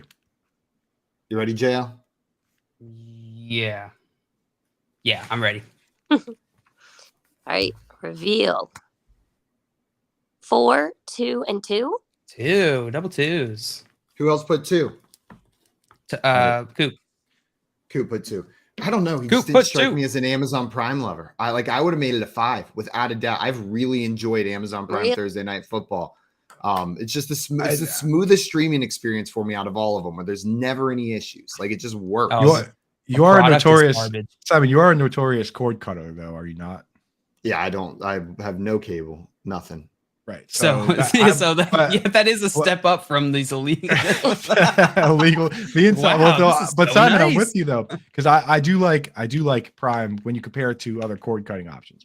But people that have cable probably hate it. You know. Yeah, that Here's makes my sense. issue with Prime is it's a garbage app. It is, which makes it terrible to use. The Prime Video, trying the Prime to Video UI pause or is go a back. disaster. Yeah, it's truly the worst out of all of them. So Anyway. So we're guessing if Toby has cable or not. Me and Simon guessing that he does not, and JL guessed that he does. What was his answer? I know we guessed His that he answer does. was Yes! We guessed that he does. Yeah. He's got And cable. he We guessed that he also had does. some reasoning. And Get in the Game got it. He said bring it back to NFL Network, but it's football, so it can't be a 1. That was his reasoning. Hey, That's pretty good reasoning. That I is pretty respect good that. reasoning. I respect that a Toby- lot. We had Dustin guessed 4, Jay guessed 3 in the chat. She's good, and Tommy guessed 2 in the chat. Well done, Tommy. Good reminder. Play along in the chat. We love it when you play along with our games. Yeah. All right, right. what's the next one? You can come So back. this one was actually I asked Dustin. Dustin. Dustin Hey, in the chat. He He teased us did. a little bit with us yesterday. Oh, you did? He just told us I answered just one told for us that he tomorrow, so he was answered one. excited. Yeah. Taysom Hill is a blank. All right, I got mine.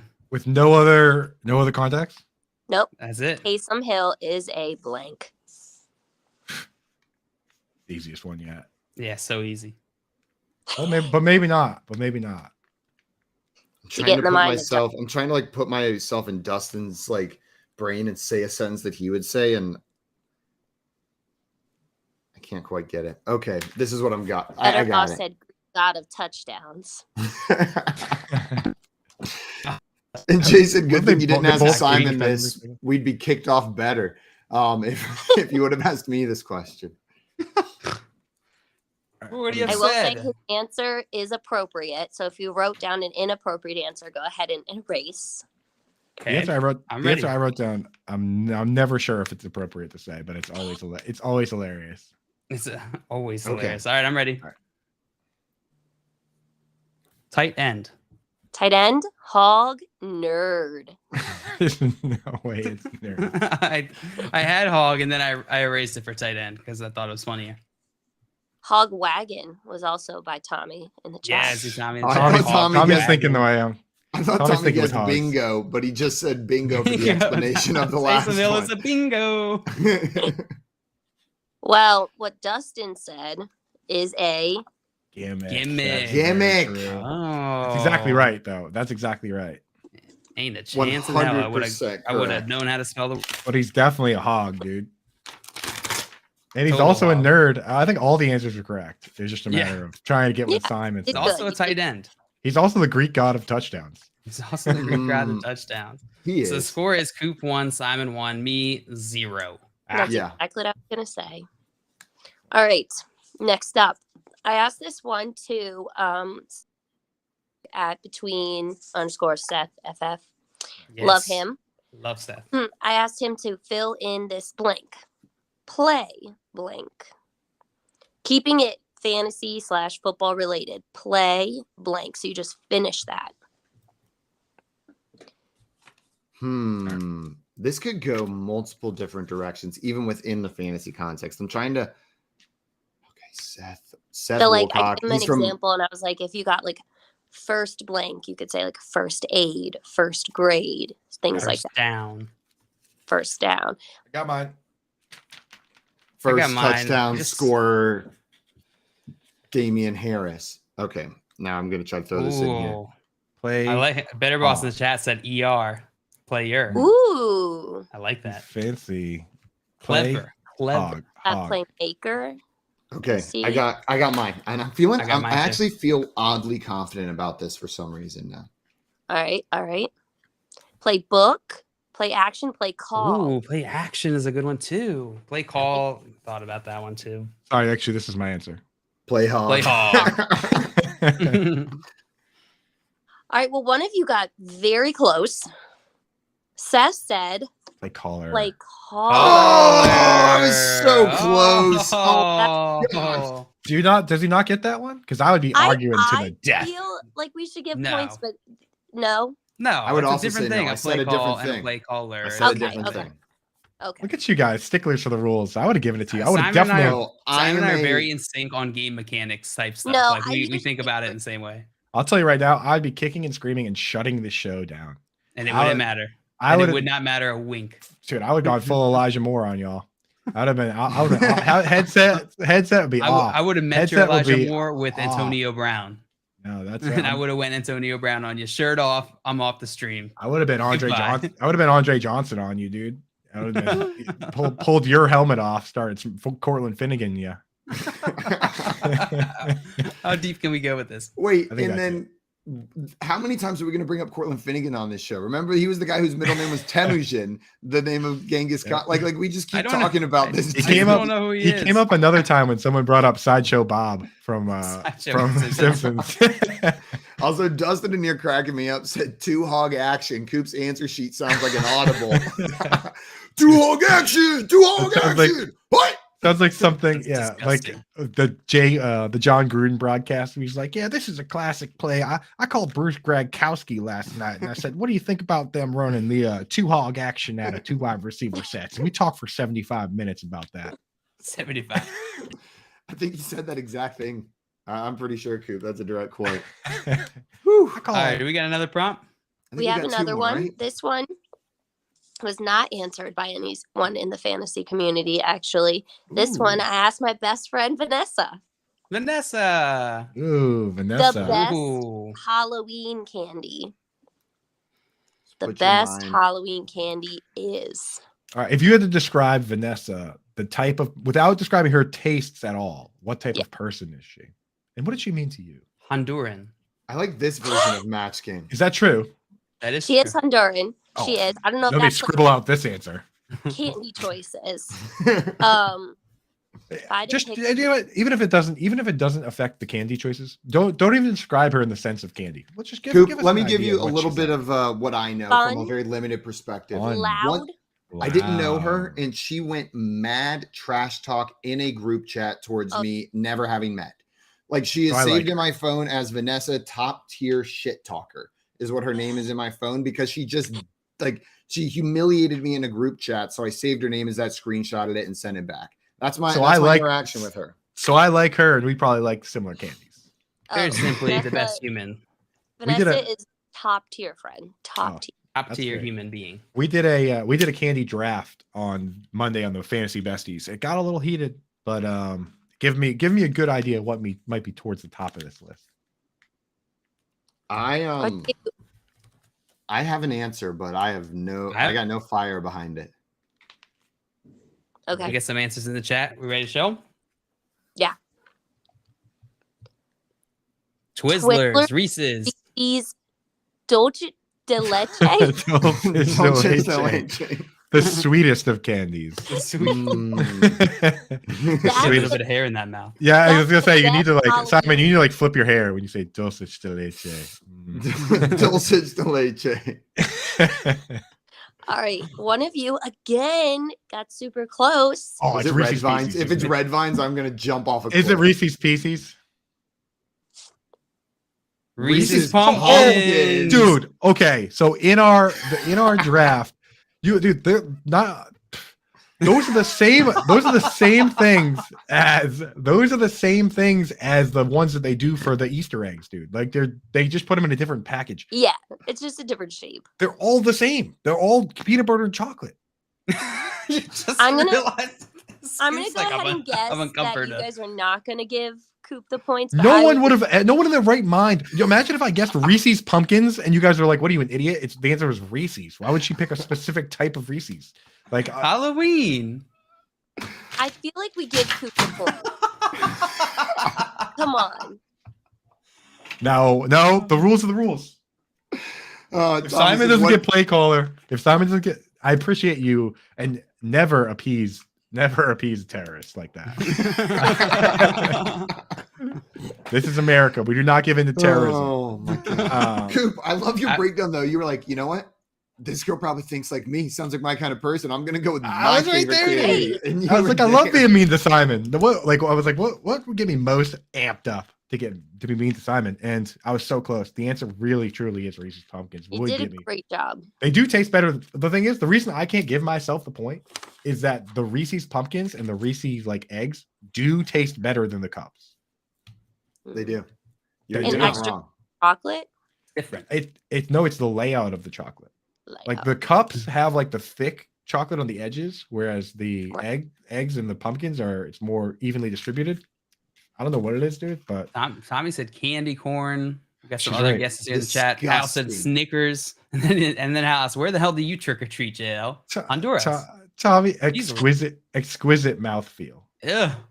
That's Tommy, are you a bourbon drinker? Because that's a classic bourbon saying. Like, he's a bourbon drinker. I feel like I can answer that. Yeah, he said yes. So Tommy, quickly. Tommy, you and I have to talk bourbon. I got a decent collection. You guys keep it going in your group, in your little text thread. And JL, we'll talk something that doesn't taste like garbage. Looks like the chat wants to talk enjoy drinking. Looks like the chat wants to talk bourbon, JL. Let's pivot. Sours. It's the chat being Hal. No, the one other Hal person and that Tommy. came in and said love bourbon. The Coop's like, I guess the chat has spoken. I guess the chat is on my team. There's three of us now. So we got 1-1 still. And we got one more prompt. I was gonna say you could have 2 more points in there, but we're still 1-1 to 0. Yes. Okay, so this is your last one. Although I do have one more if we really need one more. This one I want to preface, of course, by saying it was answered by Tim, our own Tim Wright. Tim Wright of Front Yard Fantasy. For those of you that do not know, he's a Front Yard Fantasy guy, and he's chaos incarnate. Exactly. So please keep that in mind as you answer the following question. The maximum amount of leagues that you should be in is the maximum amount of leagues. Who is this that answered this one? It's Tim Wright. Have you met Tim? Yeah, I have met Tim, dude. Tim's amazing, but like trying to guess what Tim is thinking, impossible. You have to really think. Imagine Gardner Minshew mixed with Antonio Brown. Yeah.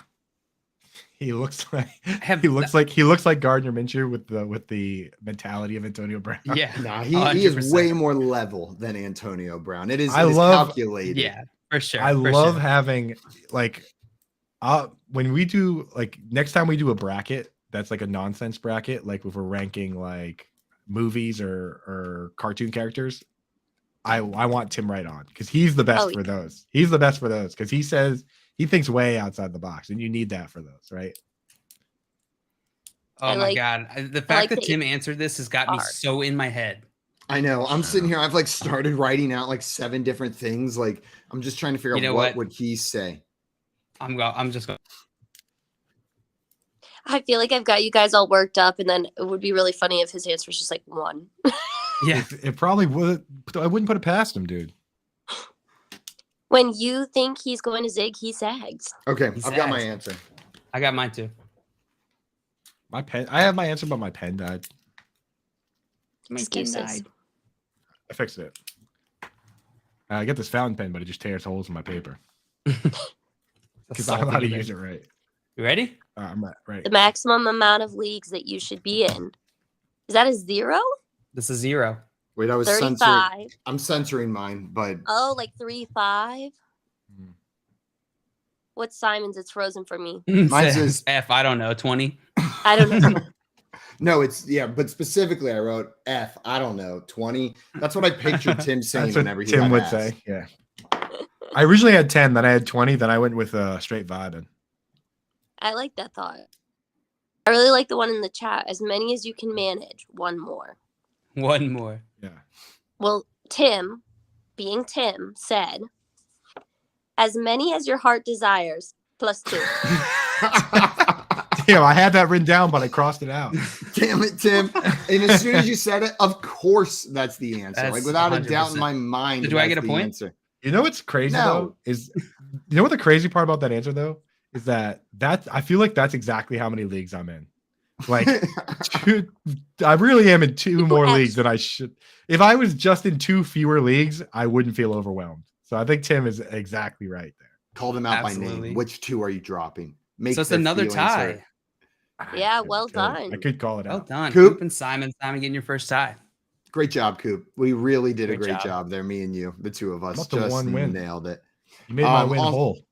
Also, Hal said as many as you can manage. And then he says, I feel like I was close. And Tommy said, agreed. You get the points. Tommy, have you been watching this show at all? Coop said Reese's. instead of Reese's Man, Pumpkins if we didn't give him a point. Hal, Yeah. I'm sorry, man. We got a higher standard for points here, and you just didn't quite hit the bar. Ain't no Great half guess. points out here. It's not enough, man. You gotta Come walk back this off. time. You gotta walk off the set if you want those points, bro. Well, thank you so much, Maria, for hosting another game. Of You gotta course. smash that fun button for Hit Maria. that fun button. Yeah, And if you yeah. want to play some match game, Go. let us know. Let us know. We'll have Maria send you a prompt. We'll Yeah, get you in. exactly. Yeah, let me know. I wanna do more. So Yeah, either way you want to play. If you want to answer the prompts, do that. If you want to call in, do that too. You can have my Yeah. spot. Yeah. I quit. I quit forever. Oops, over the you got Reese's incident. Yeah. The Reese's play caller incident is what it will be referred to. all right, Yeah, gentlemen. Thank you Have a so good much. show. Enjoy Thank the you, rest of Maria. your day. Good luck at See you work. next time. Adios. See ya on another time. See you Guys, did you another wanna- time. Coop, truly, it's always a pleasure working with you there. I really enjoy it. We had a bunch of questions come in here over the break. Did we want to hit some of these? Yeah. Yeah. Let's hit one Live off question football. real quick. The question I wanted to, or the first question that came in was from Tyson. He wanted to know how much of our fab should we be putting on Chuba Hubbard? Assuming About- Donta Foreman already got picked up. Yeah, I'd be putting around probably 10%. I mean, it's a waiver, like these waiver questions are always a little, there's not really a right answer, right? It's going to depend on your league. You got to know how your league uses the waiver wire, what they're, how aggressive they are on the waiver wire, how much you need, right? How much your team needs a running back. So there's a lot of factors that go in there, but So they I'll have say Foreman already, Tyson's saying. There's another factor for you. They've already got Foreman on their team. But he has an open roster spot. I'd be spending probably 5 to 10%. I'm not even sure I would do that. Like, I just don't like if you've got Foreman, I guess in case there's an injury, but what's the upside even if Chuba Hubbard takes over as the lead back? Like we saw it last year. It wasn't pretty. It wasn't fantasy startable. So I'm When he started, you weren't happy ever with Chuba Hubbard in your lineup, I feel like last year. I think I had to start him in a couple weeks because I had CMC. He But had a solid run of like 15-point games. It wasn't anything crazy. And then CMC didn't come back. And then it tailed off later on in the year. There are a couple games in there that he made it work. Just don't forget that like the last update we got was that we'll evaluate and get back to you guys on Wednesday with his ankle. So today is kind of when we find out whether his ankle's okay or not. Like if he's a full participant in practice today, I'm much more interested in having him than if he's limited or not practicing at all. So that's just one more caveat. But if he is healthy, I'm kind of with JL. I think I would at this point in the season, man. You can't even find running backs that are splitting, let alone have an opportunity to start. So I think I'm throwing at least 5 at him. I'm gonna give it a college try with a 5%. And if you don't get him, then you can say at least I tried. Yeah. Also, Hallen, you're saying Chuba played at the start and Foreman cleaned up in a winning game script. How often will they be winning? Never. So that's Tyson says important caveat. Does it change your opinion, Simon, if he has a straight up open roster spot right now? Yeah. Say he Go can for move him. someone to IR. Yeah. Yeah, that it changes gets rid for of me some too. of that. Worst You're case, gonna go put there. something down. Just put in a waiver claim, right? If nothing else, put in a $0 waiver claim. Cover your back. Yeah, exactly. $0 claim. Then you're covered. Then you can at least say that you did something. Also, Hal saying, hold up, I wasn't trolling for points. I just wanted to be in the same category as the answer. I'm just messing with you anyways, Hal. I mean, you don't get the point. You don't get the point still, but I am just messing with you. But just for the record, no point. As you can tell, Hal, we take this very seriously. Very seriously. Luce is asking, morning all, would you go with Dulcich, Evan Ingram, or Pitts this weekend? Mr. Tight End Tinkler, what do you think? The answer is Evan Ingram. If you look at MF and Ingram. Look at the last 3 games. The tight end that has the most targets, his name is Travis Kelce, the guy that you would expect to have the most targets. You look at 2, the second most targets, it's a tie between 2 amazing players. George Kittle, who is back, and Evan Ingram. What? 23 targets. Yep. After that, you get into guys like Zach Ertz has 22. And I also, for all you sticklers that say, oh, what about the guys on bye week? I looked at guys on bye week too. You jerks. The best one is Dallas Goedert, who has 14 over that 2-game span. That's 7 targets a game, which is 21, which would put him beneath Evan Ingram on that list. So Evan Ingram. Started. Evan Ingram. What about you, Simon? It's Ingram for me as well. It sucks if you have Pitts and you're deciding not to play him, but I think that's where we're at in this season. Ingram is the more reliable start. They threw 13 times, bro. They threw 13 times and they're playing the Panthers. And like there was like a top post on Reddit yesterday that was like the Falcons are literally running a 1946 offense or something like that. It was crazy, like they were pulling up stats and they're like, this is legitimately from the 40s what they're doing here. I tweeted it. Kyle Pitts this week had a 38% target share. He got like 40% of the targets, but when you throw 13 times, that's 5. You know what I mean? Like, what are you going to do with that? Yeah. Can't do much with it. You just got to hold on to him. Yeah, Kyle Pitts, it really does suck. Don't Another question here from Jeb asking, should I trade Chris Godwin and Michael Thomas for Mike Evans? No. Nope. Chris Godwin and Mike Evans are so similar. In any given game, do anything for you. It's matchup dependent between those two because Mike Evans gets taken away sometimes, and then Godwin has the games. Yeah. And then Andrew asking, should I trade Najee Harris and Olave for Debo and James Conner?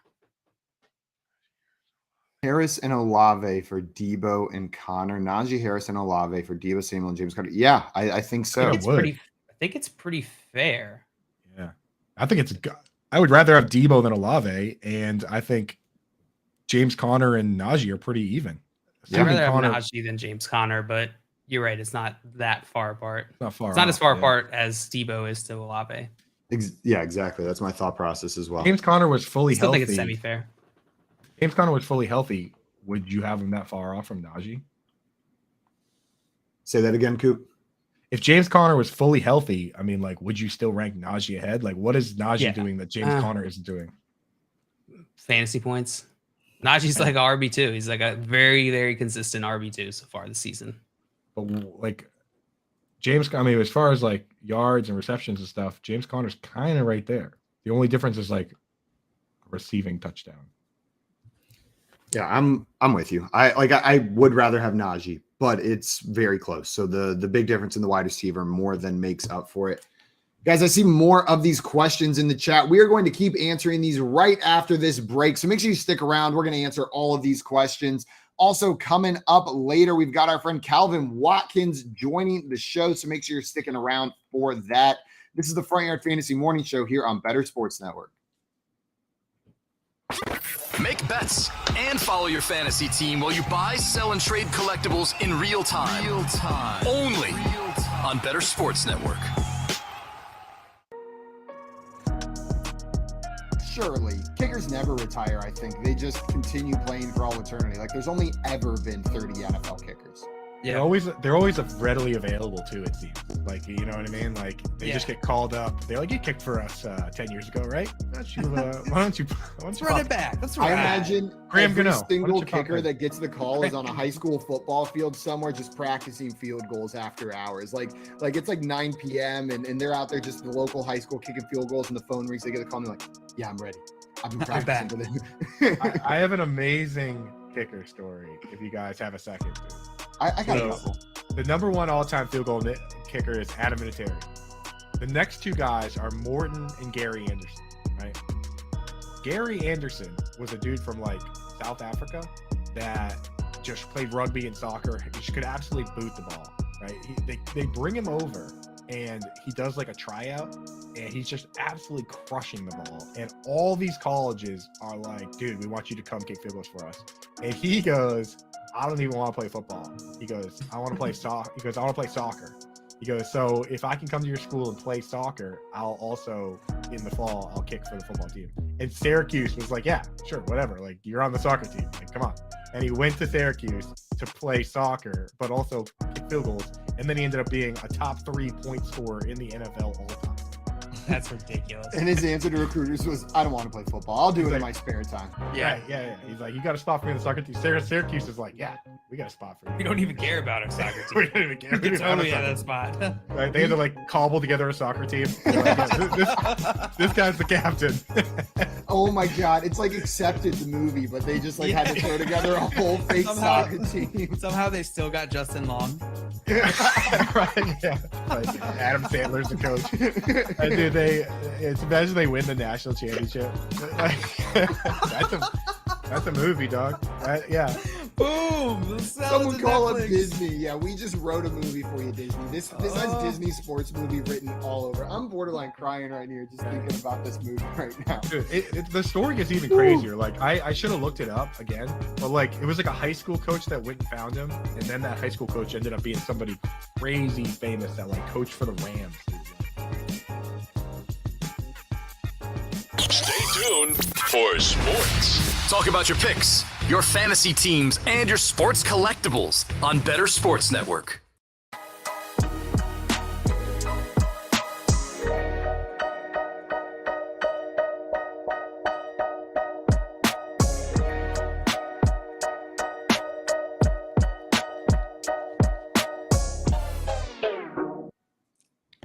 What's up, everyone? Welcome back into the Front Yard Fantasy Morning Show here on Better Sports Network. It's in the game. Sports Network. That was a good growl, Coop. Let me hear that one again. This is a serious show. You better not like pumpkin Reese. You sound like my new neighbor's dog. My new neighbor's dog, they just moved in. He is mean, man. Like my dog, I put him outside, and that dog or the neighbor? No, the dog. I've never met the neighbor, but the dog just sits in the yard and like is not playful barking or growling. It's like tail stiff, and he is just trying to get through that fence. And my dog, like, he is scary. And that growl, Coop, sent me back to like the walk yesterday where he was like coming at us. He was ready. But then you find out the dog's name is like Muffin. Oh, absolutely. Muffin. Yeah, he's a cutie patootie though. He's so cute. I bet maybe he's a good boy and he just wants to come play and he looks scary. That's probably you guys both have what's dogs, going right? on. Well, I know Simon does. Scoop, you have a dog, right? I have a dog, yeah. My dog's You guys ever weird. found a tick on your dog? Yes. Found one yesterday on Rosie. I hate it. Gotta Grosses get me real out. makes you feel real protective. Yeah, real protective. That's exactly Get what I off. felt. I You was like, immediately I'm start gonna go Googling, punch like- every tick in the world. I start Googling I almost said Terminators, exterminators. I start Googling exterminators. Like, how do I get rid of ticks in the yard? How do I kill every tick on planet Earth? 1.5 acre yard. Yeah.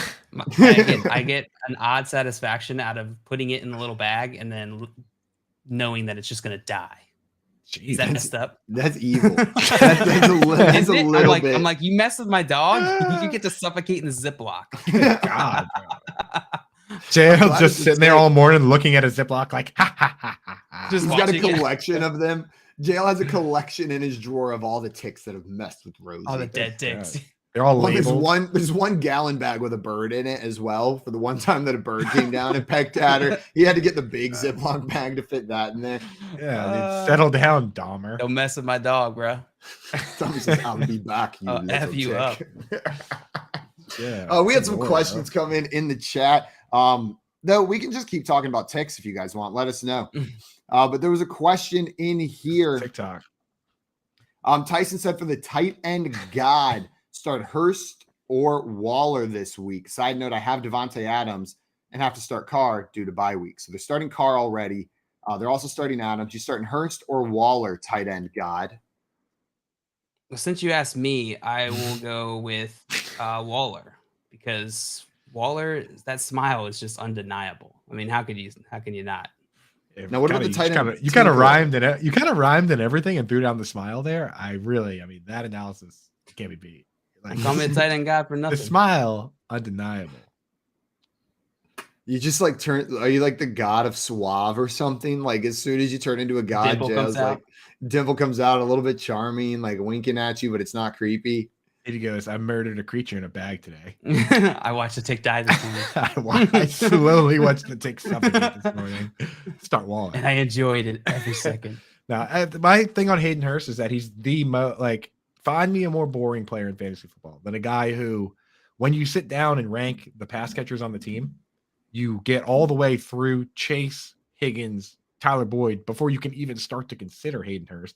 And Joe Mixon has just as many targets as him. So he's basically the fifth target on his team. Not super exciting for me for fantasy football. So if you're into super boring guys that catch 3 or 4 passes and either catch a touchdown or don't, then you must love Hayden Hurst. But if you getting a little risky, high upside, low floor based on ceiling, go Darren Waller. And for me, I'm always chasing that upside. So give me Darren Waller with a smile. With a smile. I think I'm going Darren Waller as well. I'm not scared off of starting multiple pass catchers. And since you have Derek Carr as a quarterback, that's an extra bonus, right? Like it's just another little tick. It's not the reason I'm starting him, but it's another checkbox on the Darren Waller side as to why you should start him. It's fun to have the stack, even in redraft. You said tick there. JL was like, oh.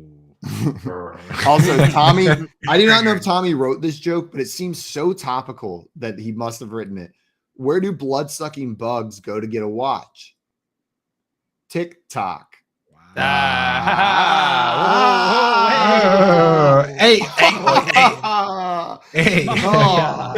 That laugh, Simon, that laugh that you just did, like I've always like read books and I see the word like guffaw in there and I never knew what it sounded like, but now I know. Like that Guffaw. was you were like I got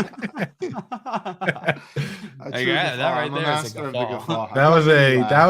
Now I know Master of the Guffaw. Legend of Zelda, Master of the Guffaw. Master of the Guffaw. JL Guffawfalo.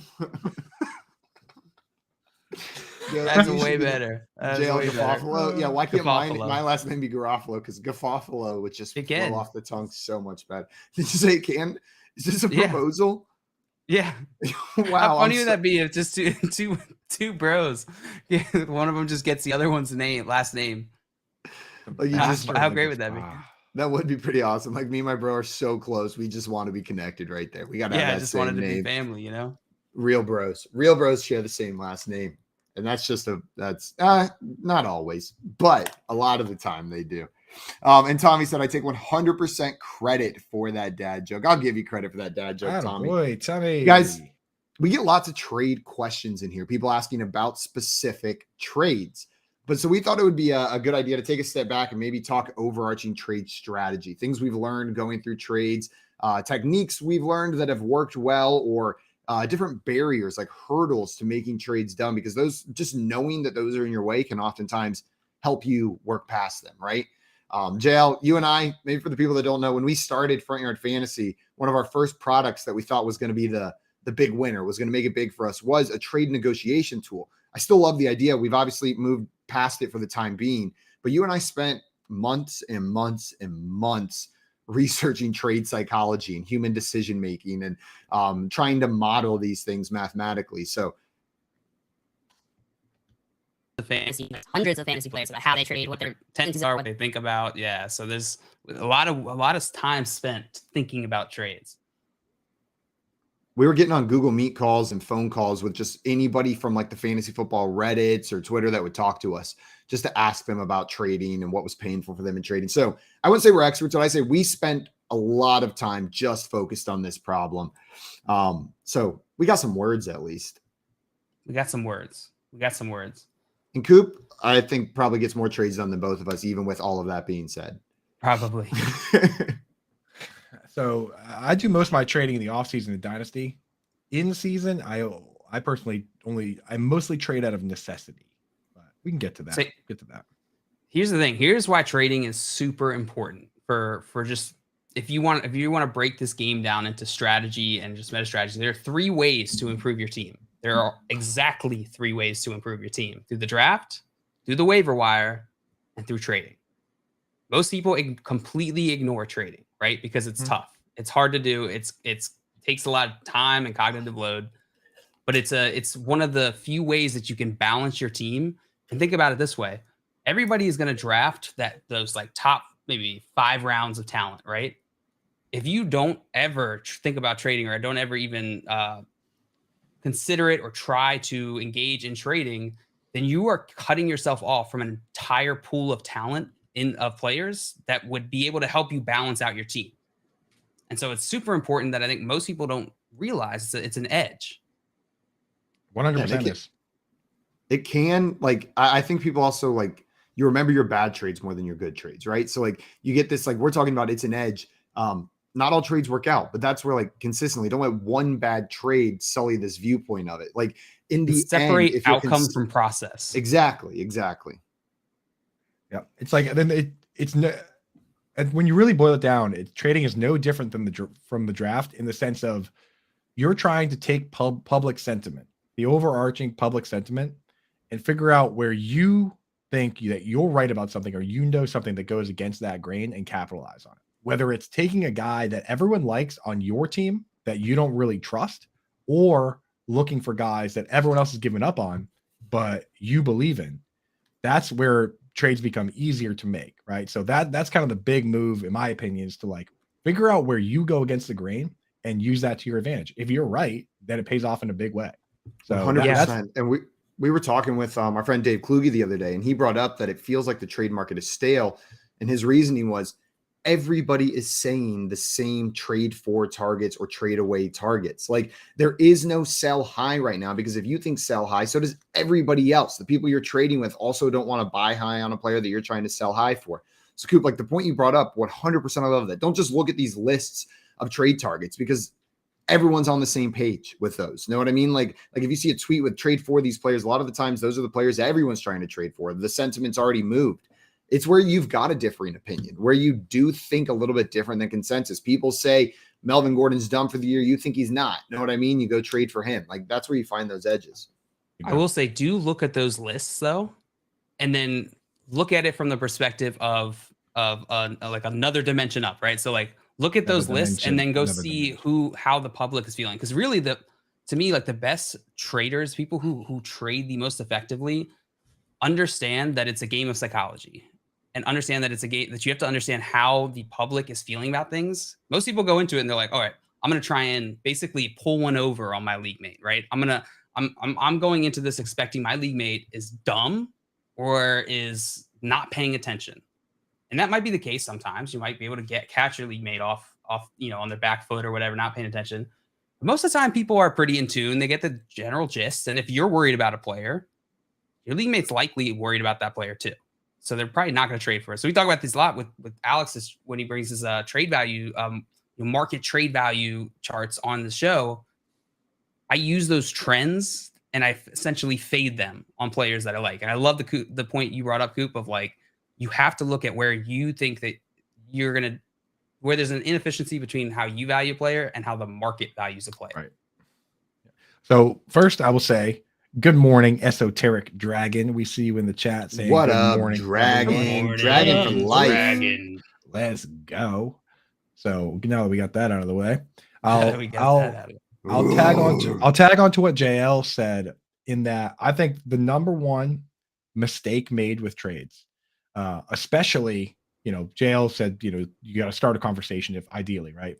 But the number one mistake, especially with trades that you send out where there's no where you just send the trade, there's no communication, it's just, it shows up in your inbox, is that the person offering the trade doesn't think about the other player's team. Yeah. That is the number one mistake, is that even if you sit there and say, I think the guy I have is overvalued, I think that guy's undervalued, you could send that trade and it's not going to go through if you don't think about the other person's team. Like if the other person has, Josh Allen, and you're sitting there saying, I think Jalen Hurts is overvalued, so I'm going to trade him away. And you try and trade Jalen Hurts to the dude that has Josh Allen, he's never going to accept that trade. You have to think about his roster. Does he need running backs? Does he need wide receivers? Then you go into it from that standpoint where, like JL said with the psychology, it makes sense. You can explain yourself. If they say, why do you want to do this trade? You need a wide receiver. I need a running back, right?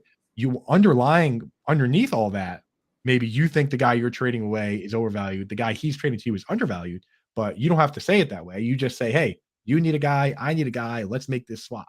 So never forget the other. There's always two people in the trade. It takes two to tango. It takes two to tango. And I think I completely agree with that, Coop. I think it leads into a bigger topic here, which is that I think there's a fundamental misunderstanding of trading amongst fantasy football gamers, which is that, trading is a cooperative mechanic in a non-zero sum game. What does that mean? Non-zero sum game means that we can both benefit without one of us losing something. A zero sum game would be like, for instance, I don't know, tic-tac-toe. Every time or maybe like Monopoly. Monopoly is a good one where it's like there's only so much money. In order to do something, I have to give money to Coop in order to get something back. Non-zero sum game means that we both can benefit, right? There's other mechanics here, and so it's a non-zero sum game and it's a cooperative mechanic. So you and your league mate are cooperating in order to increase both of your chances to win a championship. And so a lot of people come into it thinking, I'm going to try and did I win this trade? Did I lose this trade? Think about it. You don't want to try and win or lose a trade. You want to foster these relationships because it's like collusion, right? It's cooperating, and that's part of the mechanics of the game. No, absolutely. And Coop, what you brought up, like those problems are solvable through what you said, Jay. Like that communication, and especially whenever you're looking at it through a cooperative lens, it changes that communication. You're texting them and you're just talking ball. You're looking at both your teams saying like, how can we make this happen? Instead of it like being a tricky, like you're trying to maneuver around and hide information and get a little sneaky, because you're right, Joe. People usually see right through that. They get right past that. Well, to that degree, there's another level where last week I talked about how you can look at your league specifically and look at guys like Kenneth Walker and Michael Carter and see, okay, were these guys rostered before these injuries happened, or were they already owned? And you can kind of predict waivers for next year and plan for next year, right? And say, okay, do I need to save my fab in this league or not? Same goes for trading. Look around your league. Look at the people that you know personally that you text. If you text somebody about things other than fantasy football, that's a good trade partner because you already have conversations with that person. You can turn to communication channel. The person I trade with the most is one of my best friends, my buddy Alex. And we take this very seriously, and it makes it easier for us to say, "Hey, I need a wide receiver. Can you help me out?" When you phrase it that way, it's a little bit different, right? So same goes for these leagues. Like if you have a dude in your league that hasn't made a trade in 6 years, don't bother combing his roster and sending him trades and texting him. Like that dude clearly doesn't like to trade. Look for the people that are sending you offers and the people that want to trade and the people that regularly get trades done. It's going to make your life a lot easier, right? There's no reason, like, with your neighborhood, it's Halloween, right? If the house has been dark 6 Halloweens in a row, or they're giving away toothpaste, don't go to that house, dude. Go to the house Wow, that has a really good analogy, a very timely and applicable analogy. It's kind of scary. You want to go to the house that's got the decorations and they're sitting out front drinking a beer and they're got a big bowl of those full, the Reese's pumpkins over there. That's what you want. That's the guy that's going to trade you the player you want. So what kind of set us down this path a little bit was like Simon and I were, we're best friends. And before we started Front Yard Fantasy, I remember we were playing, like we'd play fantasy and trading with Simon was so different than trading with my other league mates because it'd be like, hey, I know you value Stephon Diggs, higher than most people because you went to school with him. There's like the emotional attachment. He's like, I value him too that highly. Maybe there is a trade that I can make it worth it enough to trade Stephon Diggs. And him approaching me like that was so much easier to be like, yeah, like let's talk about it. Like no one's untouchable. Let's talk through it. And taking that approach versus like adversarial completely changes how effective you are trading. Like I knew I was never going to pull one over. I knew I was never going to pull one over on you about Stephon Diggs. It didn't matter. Know what I mean? Like, how aware I was of what you thought about him. Like there wasn't going to be any tricks going on there. So you just got to approach it from that dynamic. And I think if you take that with other people, maybe even people you're not super close with, you'll build that trade trust. I saw something from Tom. I'm sorry. Go ahead, Joe. So the steps that I would say are some just for really being effective trader. Like one is what Coop said, start a conversation. Don't send a bad trade offer as a conversation starter. Just start the conversation, right? An actual conversation with the person. And then second part, understand their needs, talk to them, ask them what they think. What do they want? How do they feel about their team? And then third is like, don't get upset if they don't like your trade offer or aspects of your trade offer. They don't think the same way you do. That's fine. Your job is a researcher, right? Like your job is an investigator. And so you're a detective. Like your only job is to figure out how they feel about the players so you can figure out if there's some match there. It's even better if they don't. It's even better if they don't think the way you do, right? In fact, it's difficult to trade with someone who would think exactly like you. Don't get mad. Just figure out how you can use that to your advantage. Like if you think that their opinions on their players are that bad, then figure out, be like, okay, who do you like then? If you like these guys, right? And just see if you can get something done. Tommy Sorry, brought Simon, something up that was like a big barrier that I think for a lot of people. He said, trading to me just feels dirty, like I'm cheating on my team. Not sure why I feel that way, but you are right, JL. 100%. And I think like whenever I was looking into this, there's a term that's used in finance more often than in like fantasy sports, but it's called the endowment effect.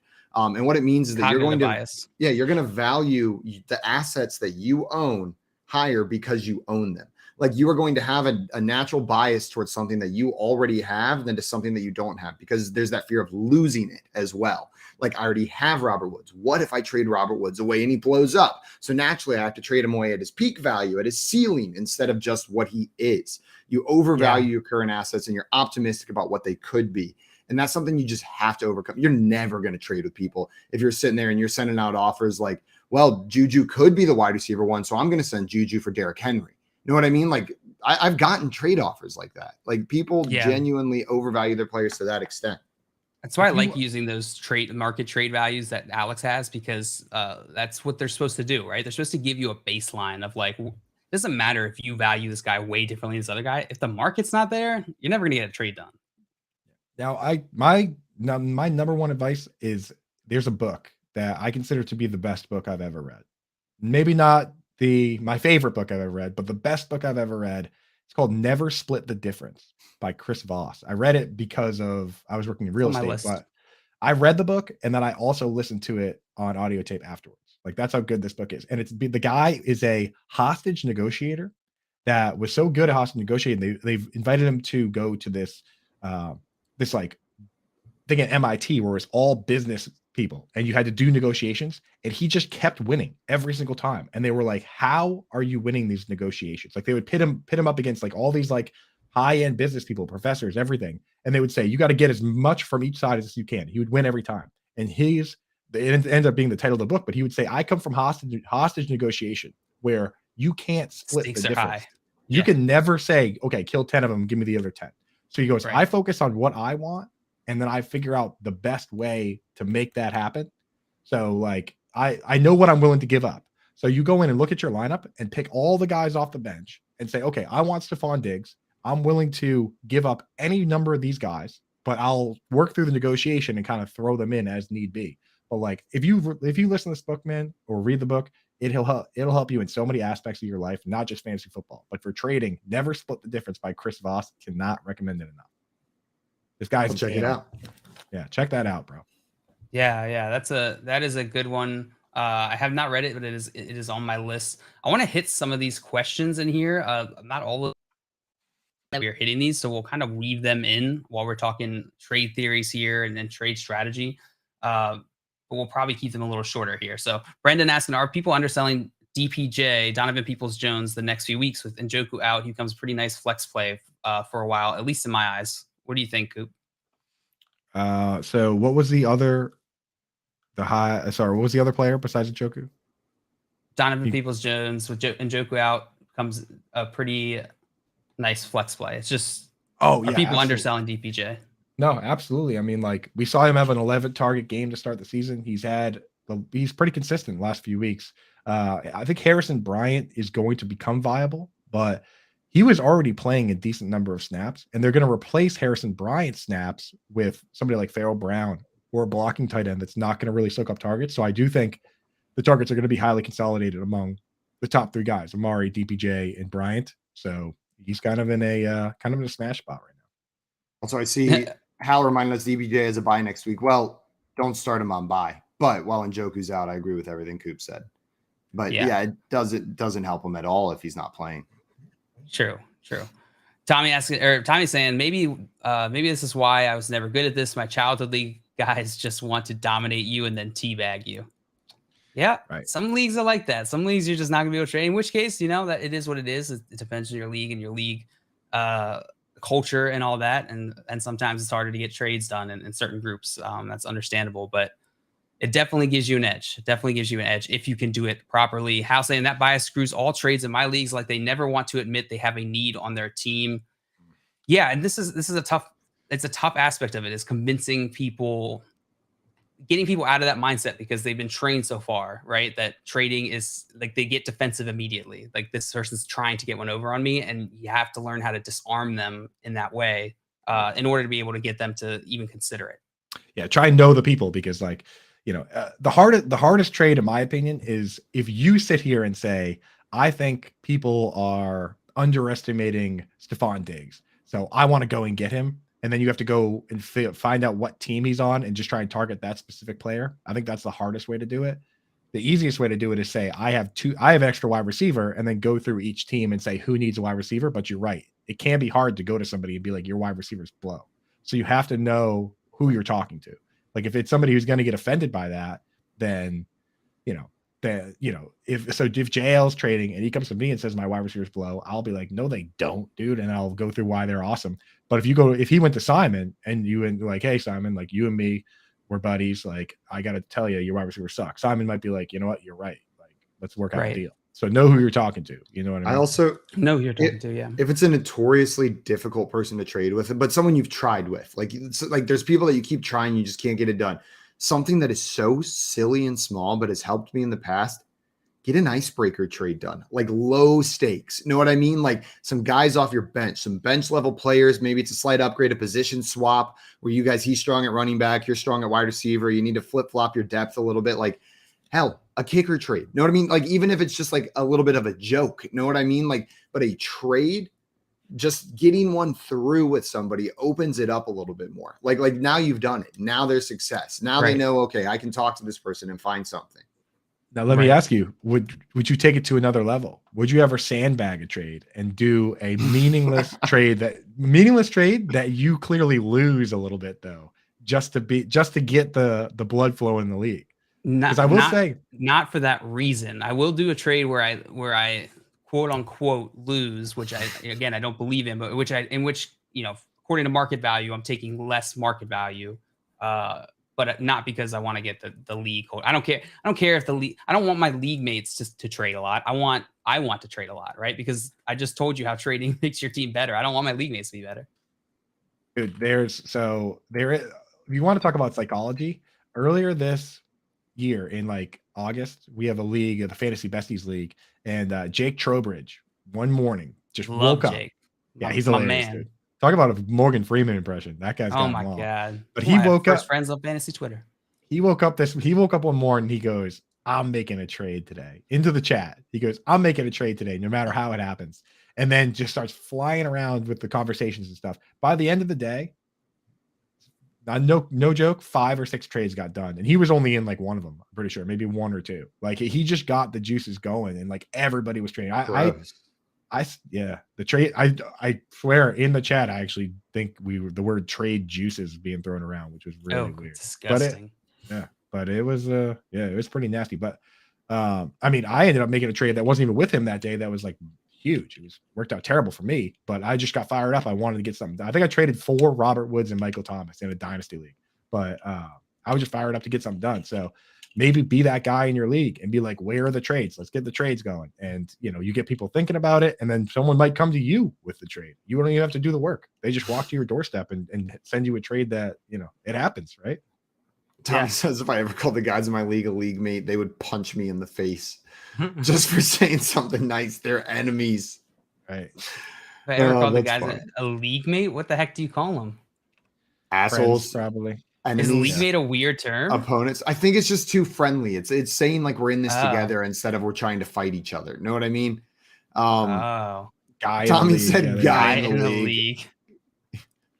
Dude, we're just some guys in a league, but not too close. Wouldn't say we're mates, man. But we're just some guys in a league. Philosopher group that Tommy eating plays meat, playing football, and talking about football. And league mate is a little too close to affection that they just shy away from it. Would you like to be league mates with me? Dude, stop. What gross, man. That's disgusting. Like, I'll be one of the guys in your league, I guess, but league mate. Dude, like, chill. We're just it reminds me of my brothers. Like, my brothers get so annoyed that I like hug them and stuff. They're like, stop being weird. I'm like, dude, Stop being weird. Just accept affection. Stop being afraid of affection. Jail's Get like, outta do here. you need a little help with your wide receivers? How's I don't know why down I here became so struggling? sheepish. Hal's Excuse trying me. to spell leagy weegy in the chat, but can't figure out how to say leagy weegy. Leagy weegy. Excuse me, The league heck is mates. leagy weegy? First he wrote League- leggy Ouija was what he wrote the first time. My leggy Ouijies. That's what I call you guys. Are you in Oh my my leggy god, leggy? dragging, throwing back. What is that? The vine, or there's like just some guys in a league standing 5 feet apart, so they aren't gay. Yeah, it's the hot tub. Two dudes chilling in a hot tub. Yeah, that's a classic Vine. Yeah, that's the Classic league's Vine. giving off the same energy as the two dudes in a hot tub, Tommy. You guys just call him a Yeah. league mate and work past that hurdle. Yeah, You guys might get even over it. It's cry a 2022. little. Know what I mean? Mark- Like league mate might pull a tear out of your friend's eye, and then it's going to open up this door for you. Yeah, I think if you sit down with your league mates and have a good cry, it's really going to open up those trade the lanes. Yeah, it definitely will. Mark in here asks, should I trade a stud for 2 starters? I have JT, Mixon, and Chase, and the Brees injury left an empty flex spot. I have Foreman, Pickens, and Jameson on my bench. Are you guys trading a stud for 2 starters here?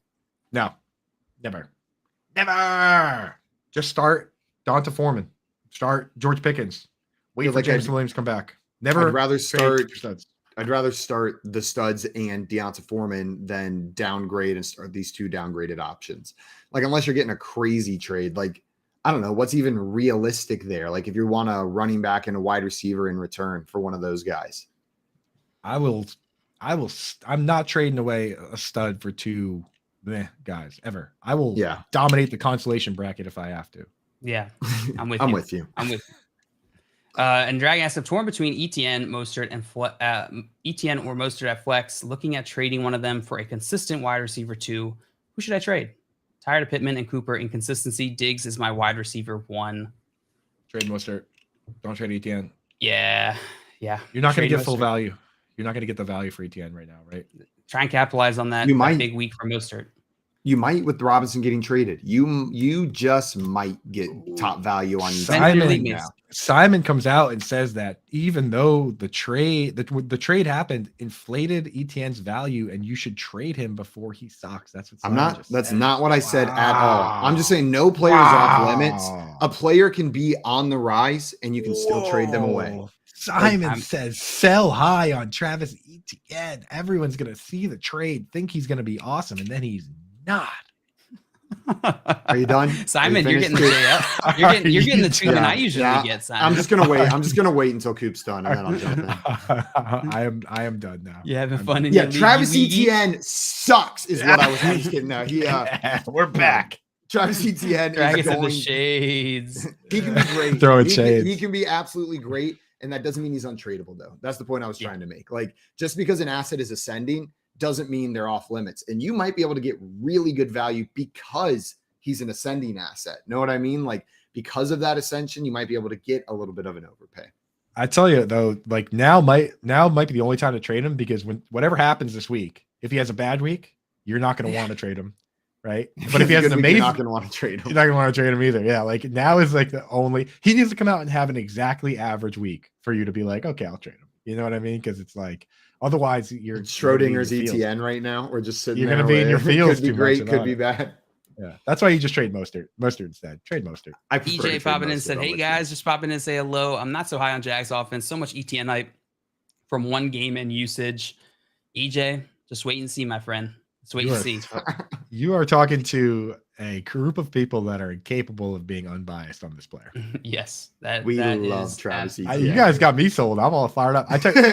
Yeah, was I not the first person to text you when that trade? You were the Yeah, the, dude, the I was very ready. first I was person, yeah. I was like, let's go, Let's dude. That's good for go. the show, baby. Craig said I Listen, traded Travis Etienne for James Robinson off Simon's advice. Good deal. Yeah, killed deal. it. Great job, Craig. I'm sorry, Craig. I'm sorry you had to. And Jay said, too many people feel like they have to win a trade. Not enough people understand the mutually beneficial trade. Absolutely. Yeah, that's the key, man. That's the key. Yo, I Tyson don't, asking, I have a. Oh, go ahead, Sam.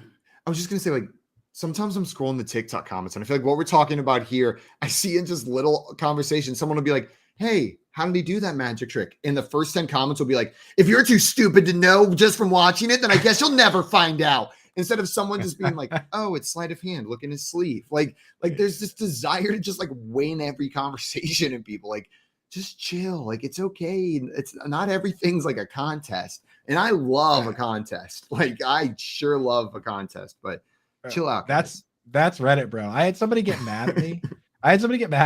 Not because of the order of my tight end rankings, but because I didn't put like a separate bracket around Andrews and Kelsey that said they were in a different tier. And like that comment, like dogging me for that, got like 179 of them. Like, just people are just, gotcha.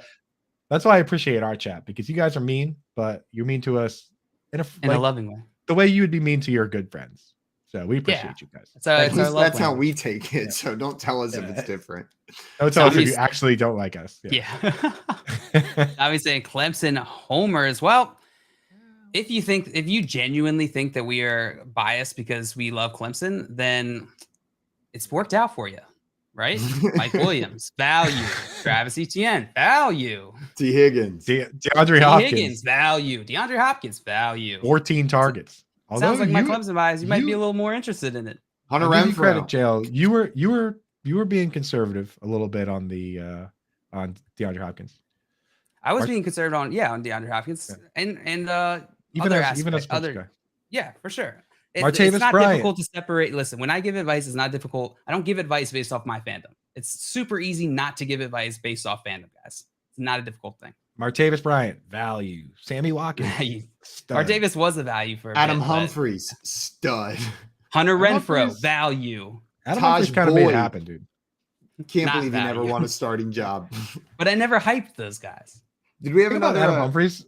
You can't make fun of Adam Humphries. Like, you can't make fun of 7-year veterans in the NFL. You know what I mean? Like, Adam Humphries. You don't see me out here saying Adam Humphries is better than Justin Jefferson. You know what? I actually have not heard you have crossed that very low bar for not being a homer. But if that's the criteria, then you absolutely pass it. Yeah, Bobby said trades have always been hard for me. I have Miles Sanders, but need a wide receiver. I have Olave, Deontay, Jacoby Myers, and looking for an upgrade. Who would be an adequate substitute that is in that range? I believe Alex just released his trade value charts, but I don't have them up currently. If you have those guys, then I would. But like, honestly, with certain trades, you can use your heart. Like, you can think about your particular league, right? If you start 2 wide receivers in that league and you have Olave, Jacoby, and Deontay Johnson, you don't feel super comfortable starting those guys. And if all 3 are on your bench, just take 2 of them and go for, honestly, like the lowest guy that you would be comfortable starting every single week. Like, think about the guys who, if you have them, you are never, ever taking them out of your lineup. Like, if you take those 2 guys and trade them for AJ Brown, I think that's a win. Any 2 of those guys, because you just took a decision that you're making every single week and turned it into a guy that you're just like, all right, I'm comfortable, you know? How far down this list would you guys go? Now? I'm looking at the trade value chart right now. And the name that jumps out to me is Chris Godwin. Like, still being valued a little bit below Miles Sanders. He's playing like Tom Brady just fed him targets last week, and he's going to keep doing it. It's what Chris Godwin does. Like, if you can turn Miles Sanders into Chris Godwin, I want him over Michael Pittman, who's above him right there. Like, I'll take Chris Godwin. That's a slam dunk. Oh, he's trading Miles Sanders? I thought he was trading his wide receivers. Was he trying to trade Miles Sanders? I believe that's what the trade said right there, but I may be mistaken. Yeah. It was trade is always hard for me. I have Miles Sanders, but need a wide receiver. Yeah, so it sounds like wide receiver trying to move Miles Sanders. Miles Sanders is in the what's here? He's in the tier 4, 36 trade value points, whatever the currency is. Yeah, I like the Chris Godwin take. Deebo Samuel's right around there. T. Higgins. I don't know if you'll get that done, but I would do it for Deebo. I just don't see it getting done. But you could try, shoot your shot. See if they'll accept it. I don't think the value's way far off. That's what these market values are, right? Is like, you might not get it done in your league, but the point of these market values are to, try and guess or estimate what the general public feels. So there are going to be some leagues where that does get it done. And Deebo just dropped 13 points this week. Holy cow. Yeah. Do we have another question in there, John Luke? I think we did. Let me see if we can pull that up. Gibbs had one. Where'd you go? Should I trade ETN for Swift? No. ETN straight up for DeAndre Swift. Should I trade ETN for Swift? Would you do it, Coop? I want to, but the guy's hurt. If all right, JL, if Swift was 100% healthy, would you do the trade? Yes, I would do that trade. There you go. So don't do the trade because Swift is not healthy and he's never played full season. So They're close though. They're honestly close. Yeah. Even if healthy. But, right, that's what I mean. So if it's close enough, right. The injury definitely is the deal breaker for me. The Lions are not good. And the offense as well. I mean, Swift is going to transcend any bad offensive play, but still, it does limit him because of the receptions. But it does limit him still. I'm keeping ETN. I'm keeping ETN in this one as well, and it's the injury. If Swift wasn't injured, I would absolutely sell on the hype for running back like DeAndre Swift, but he is injured. And also, like when we're talking trade theories and that trading that 1-for-1 same position type trade, especially if it's like lateral, like similarly valued players. It's a recipe for disaster because you're immediately creating a situation where one side loses, right? Either one of the sides, the value goes up or down and they feel like they lost out value, or the best case scenario is that neither value changes and that you both basically stay the same, which is just a wash and there's no point in doing it. So I think JJ Zach recently, I think he called it, Simon, when you were on this, the waiver wire Q&A with them, he called it the musical chairs trade. It's just it's not a good strategy.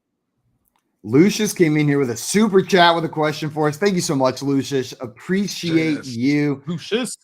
He said, would you trade Pittman and Goddard for Kelsey? Michael Pittman and Goddard for Kelsey. Yeah. If you can get Kelsey for that, I'm doing it. I think that's fair. Pittman's supposed to be playing with a Sam Ehlinger, the 6th-round quarterback that has never really played. Yeah, I would do that for sure, brother. Goddard also had a pretty bad week the last week before the bye. People forget that it's like everyone's like, oh, Goddard, but he's still the 3rd target on the team and he only had 2 catches. I don't know, man. Kelsey's been so good. Go get Kelsey. He's so good. Joe, you agree? Yeah, I agree. I would make that trade. EJ Anderson, good luck with your guys. ETN takes and holds. I hope he busts, but much love. Gotta run. Man, I believe that love in there. Like he says, like, I hope he busts, but much love, man. Like I fully believe him. DeAndre Swift, before he got hurt, he played 2 games. And in the first one, he had 15 carries for 100. The first game, he had 175 yards from scrimmage and a touchdown. And then the second game, he had like 87 yards and a receiving touchdown. So like, I don't know, man. Swift is kind of awesome. Yeah. Craig in here said it is the Sam old with these backup QBs. Crazy overrated off the jump. Sam old with Sam Ehlinger coming in over there. Ooh, and Philly Mac said, you guys are always on when I'm on. You guys are always on when I'm on my phone on the toilet. Does this make you bathroom mates? Jill, are we bathroom mates with Philly Mac? We are absolutely. We're bathroom bros. That's what we are. Tommy's buddies are like, don't call me a league mate, but we can be bathroom bros. Yeah, it's okay if we're in the bathroom. You guys ever seen those quizzes where it's like the urinal quiz? They give you different layouts of people standing at urinals and you have to decide like which the optimal urinal is. Every guy I've ever seen take that quiz gets 100% every time. Then you put it in front of a girl and they're like, you guys have like unspoken urinal etiquette. Like there's just unspoken rules about like you do. If someone stands next to you and there's an open one, you're like, what the hell is wrong with this dude? Know what I mean? Like there's etiquette you got to follow. Imagine bathroom mate. Imagine explaining it to a girl and being like, and she's like, well, why not this one? And you're like, no. That's the short one. That's for kids. Yeah. Right? It's like, she's like, oh. That's for babies. Yeah.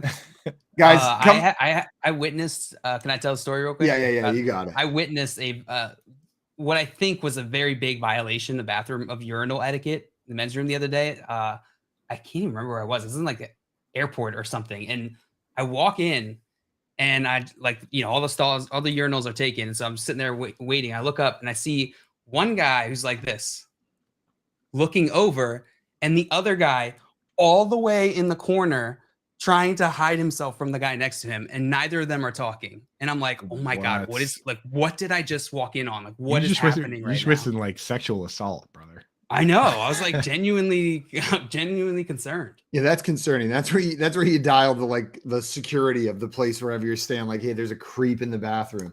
But then it turns out that they're friends. One of them was like eating gummy worms, and the other was like, "Yo, give me some of those." Yeah. He's just hiding them in the corner. He's like, use eating your them like left this. hand. Use your left hand. Give me some of those, dude. You touched your peach with that.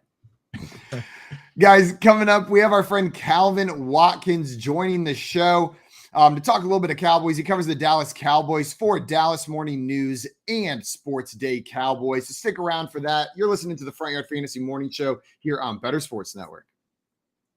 Amari, Nando, and friends. Presented by Mayo Media on Better Sports Network. It's not like Russell Wilson's throwing for 300 yards and they're just losing, because of 31-24 or something like that. That's another Go thing. out there, sit up in that cold stadium, and come to root on that trash. I feel bad for the Denver Bronco fans. Imagine you taking your family and you say, "Let's pack up the van. We going to go see the Denver Broncos in the Walmart, guys." Right. And you get out there in that altitude, right? So now the kids already complaining, "Daddy, my head hurt. Daddy, I don't feel good. Daddy, I don't want to be here. The Walmart man is up there. How come he's been cut through? My head is hurting. It's cold, Daddy. Can I get a glizzy?" And the glizzy costs, great value glizzy, costs $17. Because you got to pay $40 to $45 million for the quarterback who stinks. That's a bad fan experience right now. Let me give you my Honey Nut Cheerios story real quick. Yes, tell me. I'm at the grocery store, and I got to buy Cinnamon Toast Crunch that they eat here. And there's a thing, like buy two, get two free. So it's like Cinnamon Toast Crunch, Lucky Charms, Cheerios, whatever. So I get two Cinnamon Toast Crunches, and there's a Cheerios. And let's check my fourth one. And I noticed on the Honey Nut Cheerios, there's a free toy inside. And it's like all the retro 90s commercial pictures. So no one eats Honey Nut Cheerios. I'm going to eat a box of Honey Nut Cheerios. Just give me that toy. So, and then I'm taking the Cinnamon Toast Crunches off the shelf. And I noticed the ones behind it have the retro toy as well. We'll have 3 toys in this home. I still got my adult Happy Meal toys, which they're actually going crazy on eBay right now. You know what Are they I'm really? saying? Yes. Well, how did we miss? Listen, people. There's some of them that's listed for $300,000. But yeah, you can like Fry Guy. You can get $25 for Fry Guy right now. Oh, that's not really going wild. I thought like $300. No, I think it will soon though. I'm gonna hold on. I got Fry Guy and Hamburglar, so I'm gonna hold on to them. What's up, everyone? Welcome back into the Front Yard Fantasy Morning Show here on Better Sports Network. We are about to have our friend Calvin Watkins up, covers the Dallas Cowboys. He gave us some hot tips at the beginning of the year, and I'm excited to have him back on. He exposed us to a little bit of a sleeper guy who saw some action already this year, and I'm keeping my eye on who was it? It was Turpin last time, right? Keontae Turpin. Yeah. And he helped us kind of steer away from Jalen Tolbert a little bit, dude. He came in with the right info, so I'm excited to get an update on this Cowboys team, especially because the Cowboys are playing well. A lot easier to talk to people when their team's playing good. So.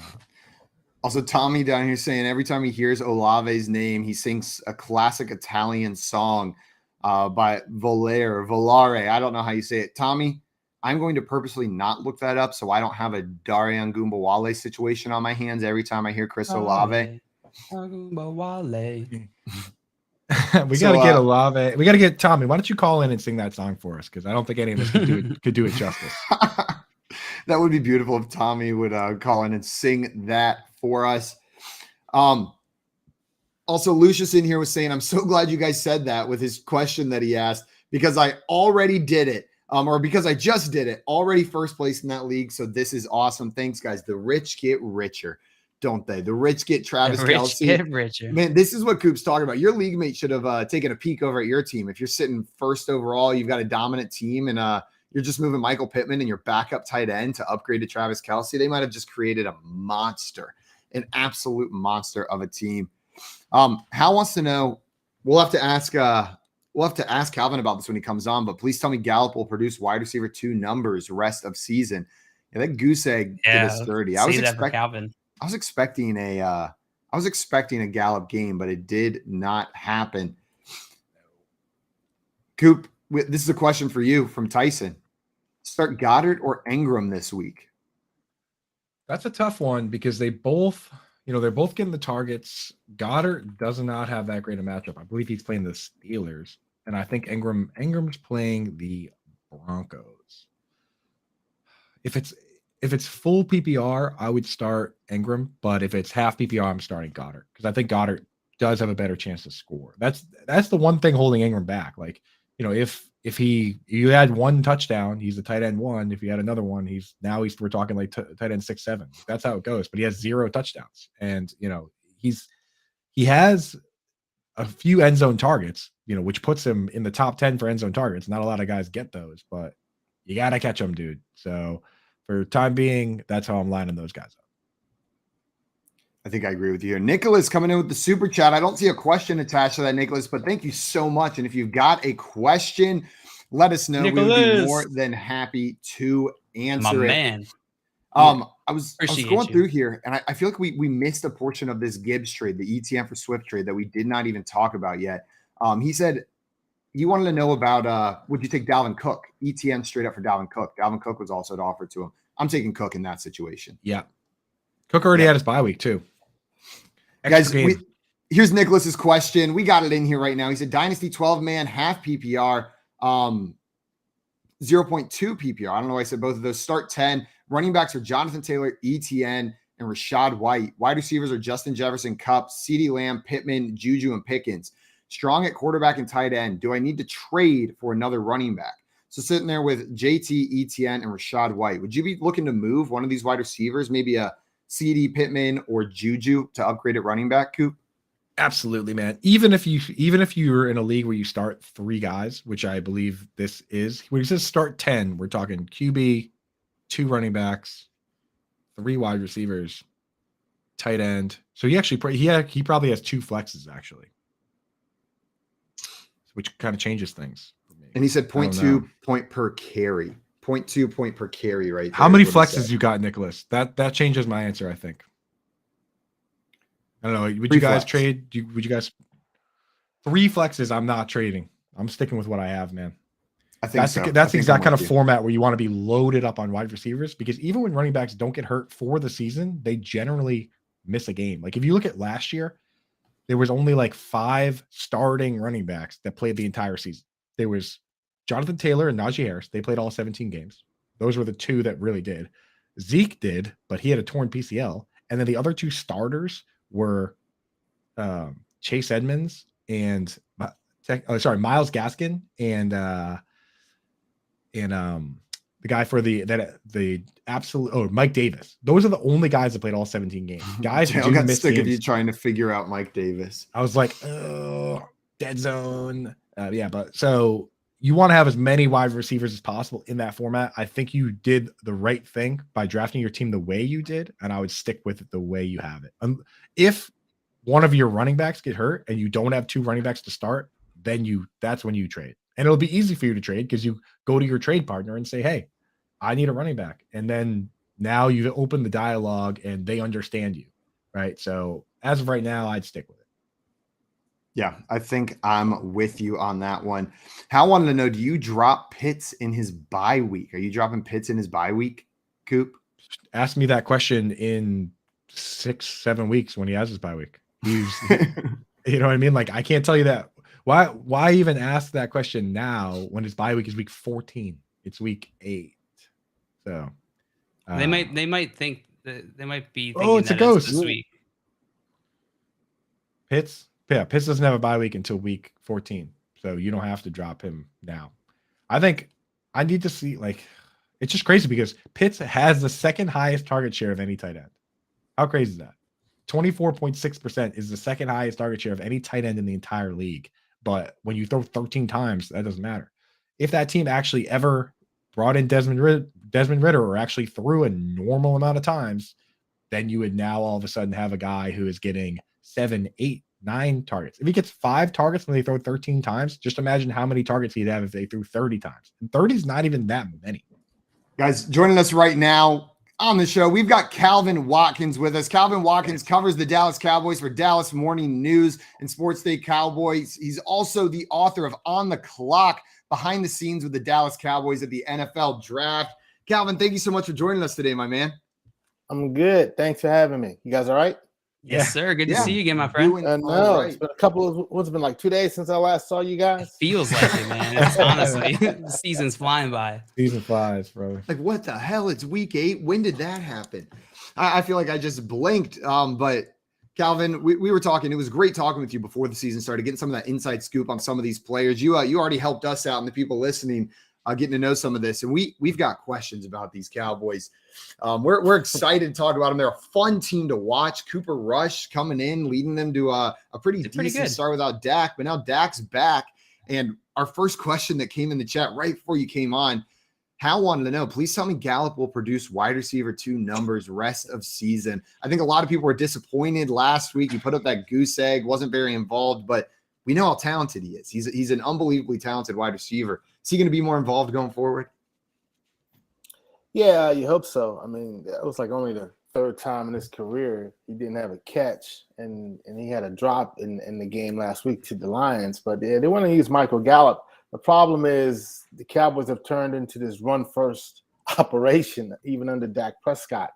So, but I definitely expect Gallup and even your boy CD Lamb to kind of maybe pick it up as the season progresses, because there's going to be times where, the opposing teams are going to stop the run, and then Dak Prescott's got to do his job, and that's get the ball down the field in the passing game. Mm-hmm. Yeah, I got to. I'm a big tight end guy, so I while we're talking pass catchers, Dalton Schultz. I watched a good amount of the game last week. Schultz already had the PCL. Talk about the worst possible kind of tackle for a guy to get. The way he got tackled, rolled up on with the knee. Do you have any insight? I know it's still only Wednesday, but do you have any insight as to that knee and how he's feeling? Is he going to be a full go here, or did he tweak it enough that we have to be worried for as far as fantasy gamers go? Well, I saw him after the game, and he's taking off his stuff, and I said, "Are you okay?" He goes, he's looked at me, and then I said, and you got to know Dalton Schultz. He's a guy. He's going to cuss like a sailor, Then I said, on that tackle, his leg really got jacked up, and I thought, oh man, he's really bad. He's really done. But he was able to come back, and he said he was fine. But everyone says they're fine after they get nicked up a little bit. We'll find out today whether or not he practices. I would think he'd be a limited participant this week. I would think he is going to play against the Bears. His numbers are going to be down this year just because you got to fight through that knee issue. And the Cowboys got 2 other young tight ends, and Peyton Hendershot and Jake Ferguson. Ferguson's kid they drafted, and Hendershot's from the University of Indiana University. So I don't know if Schultz is going to get the numbers he had last year just because they got these 2 other young kids on the come, and Dak Prescott and Cowboys offense is more about a run first until further notice. But I think Schultz will probably play this week, but we'll find out a little bit more when they have practice on Wednesday afternoon. Well, let me throw a follow-up at you if you don't mind. Let's say Schultz can't go. Add a Hendershot or Ferguson. Who are you leaning towards? For let's say fantasy gamers want to throw a dart throw in DraftKings or something. Which one of these guys do you think has a little bit better pass catching chops? Or just who you think might be involved a little more if Schultz is out? I think Ferguson has got a little bit more yards after catch. Okay. And he's going to get the first opportunity over Hendershot. That game against Detroit, they had 4 tight ends active, which is crazy. Wow. But of those 2 young kids, I would say Jake Ferguson might be a guy who would have better numbers than Hendershot. Even though Hendershot did catch a touchdown in that game, it was kind of funny because he was the second read, and Dak said, hell with it. I'll throw it to him because he's wide open. Because Hendershot's going like this in the end zone, So if a guy's doing that, you got to get him the football. But if you look at the numbers this season and the targets, I think they'll even themselves out to say that Jake Ferguson will be your guy more so than Hendershot. And maybe even Schultz, unless, once you injure that knee, it's almost like when Zeke got hurt last year, that knee is never right until the season's over because you got to rest it. So the best thing, for the Cowboys is they got a bye week next week. And now that I think about it, maybe you give Schultz this week and next week off. That's, but like I said, we'll see what happens on practice later today. You just made my life so much easier, man. So many people depend on me for their tight end stuff in fantasy football. So now when I throw that out there, if Hendrick shot goes off, I say, what do you want me to tell you? Calvin Watkins told me that. Calvin, I know a lot of people are concerned with Dak Prescott after this. We've been getting a lot of questions about Dak Prescott after his comeback game this week, only throwing 25 times. Kind of a little bit of a disappointing return for Dak for a lot of people. What did you see in this past game from Dak, and are you concerned at all, or is this just him coming back? It's just one game. I think it's just one game. It's him coming back. It was a little bit rust. He missed 5 weeks, and yeah. In that first half, I was like, "What are you doing, bro?" You did double coverage one time. I think 2 times doing a double coverage, but in the second half, he was like 10-13. So that gave me some hope that he's coming out of it and he's going to find a rhythm. We'll see what he does this week. But the Bears, as you guys know, have a very good defense. So it's going to be a minute before we can kind of see those. Oh, he's 25 of 38 for 310, and 2 touchdowns. It's going to be a minute, especially if the Cowboys are going to stick with running the ball. Yeah, this job is a little different than most of our jobs. It's like when I'm sick, I hop right back on the keyboard. Articles are coming out exactly, pretty much on the level they were coming out before. But yeah, playing professional football is a little less happy about it. I hop on this hot mic and I'm just like, maybe I get the frog out of my throat and then I'm at 100%. It's not quite like that for a quarterback, right? I use an extra tissue or two before I start talking. That's the extent of my injury. That's what's going on right there. Calvin, sorry, go ahead, JL. I'd say building off that, like the Michael Gallup, I think was another surprise for a lot of people. I think a lot of people were excited with him coming into this game, him coming off an injury with Dak, that symbiotic return or the coordinated return with Dak. Is it the same? Are you thinking the same way that you are about Dak, that Michael Gallup's just, they didn't pass a lot of this game. Dak's rusty, and that's going to affect Gallup. Is he the clear number 2 wide receiver on this team, in your opinion? Yeah, he is. He's a clear number 2 guy. I mean, he was number 2 guy when they had Amari Cooper on his team. But then when they added CeeDee Lamb, then he kind of became the number 3 guy. Then obviously he got hurt. They brought him along slowly. As you guys know, I thought he would be back maybe the 3rd week of the season, 4th week, and then he came back that 4th game. So it's one of those things, when you're running the ball first, the number of targets are going to be down all around. And then defenses are jamming the Cowboys receivers, and you got to be able to get off the jam to get open. And now you got Dak Prescott coming off that thumb injury. The timing is not where it needs to be and those kinds of things. And so the offense is kind of disjointed right now. But the only thing you can rely on is Zeke Elliott and Tony Pollard. That's the only thing you can rely on. So I don't know about Gallup. I mean, he is clearly number 2 guy, and I was kind of shocked he didn't have any catches. But when I look back at the game, I was like, well, the first target he got was a bad throw from Dak. Then the second target he got was right on the money and got to drop the ball. You got to catch the football, bro. When you catch the football, you're not getting any targets. I'm sorry. It's just what it is. So that's how it works. But then what was interesting is he didn't get any other targets the second half. So was that a byproduct of what the Lions did to him? Was it the Cowboys said we got to run the ball? But like I said, Dak was 10-13 the second half. So he was throwing to somebody. Somebody was getting open out there. But Gallup wasn't. So we'll see what he does this week against Chicago. But like I said, it's another good defense. But I would believe that Gallup's numbers will get better because Kellen Moore, the offensive coordinator, was like, that's my fault. I got to scheme him up a little bit better. So I think Gallup will be fine. I was surprised to see Noah Brown still so involved because in my mind, this is because of the connection between him and Cooper Rush, right? Like him and Cooper Rush had that connection. They played together a lot on the practice squad. Like we see that when these backup quarterbacks come in, that sometimes the guy they're used to throwing to in practice is the guy who benefits. But we still saw 7 targets for Noah Brown this past week, if I'm not mistaken, like pretty heavily involved.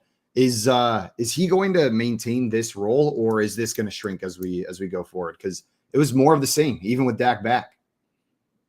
The good thing about Noah is that he's been around a long time. Yeah, he's in Zeke Elliott and Dak Prescott's class, so he's seen all this. Now he was catching passes from Dak, before Dak became the starter, and then the good thing about Dak is that he will throw to the open guy. And I know that sounds like a cliche, but he's not going to force feed it to CeeDee Lamb and Michael Gallup because those are the ones and the twos. If Noah Brown's open, he's going to get the ball. And this is probably the first time Noah Brown's been like 100% healthy because his whole career, something's going with his knee, something's going with his hamstring, something's going with his foot. There's always something going on with him. And now he's healthy and he's finally getting a chance to show the Cowboys what he could do. And you're right. He did develop really good chemistry with Cooper Rush because they were backups. The backups still the backups. And, Noah was a good scout team receiver. And then, when Dak was coming back from the thumb injury and he was throwing to all the receivers, including Noah Brown. So I think he got a little bit of chemistry with him there as well. But I would think Noah Brown's numbers will continue to stay where they are. They've been pretty steady. And he's a guy just gets open. He just finds a way. And that might be because defenses are saying, it's just Noah Brown. I mean, what are we doing here?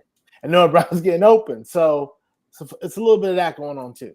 But you're right that, you look and see like the good quarterbacks, they run the plays and they throw to the open guys. Like Tom Brady is always throwing it to everybody. Whereas you look at like Jay Cutler getting locked on Brandon Marshall or Eli. This is boy. You got to take care of your boy. Eli Manning that one year, just Odell's rookie year. It was just a huck and chuck, eyes shut, So you want to see your guy distribute the ball to everybody, right? Like as a quarterback. Now you did mention Tony Pollard, Zeke Elliott.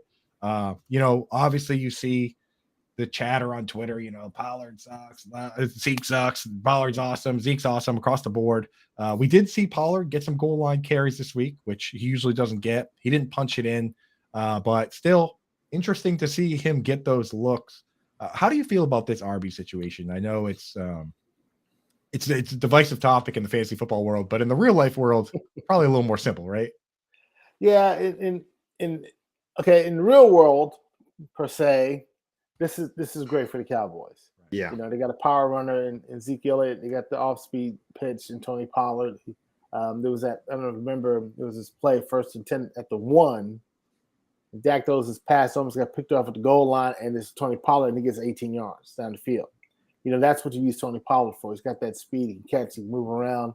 But on 3rd and 7, we need pass protection. You got Zeke Elliott on the football field, and that's why he's going to get a lot more touches and snaps, really, than Tony Pollard. Now, in the fantasy world, I'm finding somebody else. Dalvin Cook, maybe. I don't know. But it's going to be hard because they're going to split the reps between these two guys. You know what I'm saying? Mm-hmm. So it's like one week you will see Tony Pollard lead the team in rushing. Another week you might see Zeke Elliott lead the team in rushing. And it's not going to be like 125 yards. The Cowboys combined will get like 135, 125 yards rushing as a team, but you split that between two guys. So in the fantasy world, I don't know what to tell you. It depends on the total. That's exactly. You're saying the right thing. And the thing is, I'm on the other side. I'm like, I love irrational coaches. I love bad coaches. Use one player every snap. I don't want Bill Belichick using a bunch of different running backs. I want Riverboat Ron out there, using the same 11 dudes every single play, right? That's what I want to see. I know it's Eli Manning chucking it up to Odell. Like, I don't care if they win. That was great for fantasy. Mm-hmm. So, yeah, right. I feel you, man. It's like, if your quarterback is distributing the ball to everybody and your coach is using both backs because you have two good backs, not good for fantasy, but as a Cowboys fan, you gotta love it. Oh yeah, it's perfect. Oh yeah, like Kevontae Turpin, right? You see him in special team. He returned a kickoff and a punt return for a touchdown, right, in preseason. Hasn't scored a touchdown yet. Okay, in the regular season, and before the season, Kellen Moore was like, hey, we're going to use Kevontae Turpin, all this kind of stuff. And we're going, yeah, okay. And he used him a little bit, and it's on these end arounds, he might get 4 yards. So if you say I'm going to draft Kevontae Turpin because boom, he might break free, that hasn't happened yet. Yeah, but still, like, he's still making plays on special teams, like he's helping the team. You know what I mean? It's a good player to us is not a good player to coaches. Like, coaches love a fast dude that can stretch the field and take the safeties deep. Hey, that's a good play. KJ Hamler brings the safeties with him 50 yards downfield. That's a good play. You don't get any fancy points for it, but like sometimes you got to recognize that, like, They don't care about fantasy points. They care about first down. Right? Absolutely. Calvin, I want to thank you so much for taking the time to come on here with us. It is truly always a pleasure getting that inside scoop on the Cowboys. One of our favorites to talk to. Everyone listening, if you're not following Calvin on Twitter, go and follow him right now at Calvin Watkins and check out his work at sportsdaydfw.com as well. Calvin, you're the man. Thanks so much for joining us today. Appreciate you, brother. Thanks for having me, man. Appreciate you guys. We gotta do it another week or so. Yes, absolutely. sir. Yes, sir. Let's get Calvin back on here soon. Anytime, Keith, make dude. it happen. Make it happen, Make it Keith. happen. Get him back in the rotation. Calvin's a man, dude. Guys, we got about 5 minutes left, but I want to make sure we hit some of these questions. JL, you got some ready for us? Nope, but Nope. we will get to him. Nicholas, did we hit this Nicholas one? We did, right? We did, yeah. Yeah. That was a super chat one. Okay. Let's see. Mikey Bueno said Swift and Everett can buy who? Half PPR. Can buy who? Swift or Everett? Yes, Swift. Indeed. Can buy who? Indeed. Let's go Swift. Swift is 49.5. Everett doesn't add much. If you're looking for a wide receiver, I'd be looking in like the T. Higgins, Deebo Samuel range for DeAndre Swift. Maybe you can upgrade to AJ Brown, but good luck. Yeah, I think it's hard to trade an injured player. The thing is, dude, Gerald Everett, him and Zach Ertz, they keep getting lucky, dude. Like I said, I was like, these guys are band-aids until DeAndre Hopkins and Keenan Allen come back. The moment DeAndre Hopkins comes back, Marquise Brown's out. The moment Keenan Allen comes back, Mike Williams is out. So the dream for Zach Ertz and Gerald Everett's still alive. Yeah, absolutely. We got a 2-3 in here saying, okay, I'm seeing you in the cookout later today, JL, talking about our Discord chat. It's a nice beard, by the way. It is not. It's coming in rough. It's getting there, dude. It's I'm getting team there. I want Maria like to know 3 days. So I'm officially team beard. Simon, Team are you- beard. Oh. JL says that is 3 days. This is the entire month of October. This is 26 days going on right No, here is what that's I'm the- I Oh, shaved no on shave. Friday. no shave October. That's what you got. Not bad. No, because I So have to C3 do also, C3 also asking, my wide receivers are very inconsistent. Do you think me trading JT for Devontae Adams is fair? Yes. I think it's fair. Yeah, I do. I think it is fair.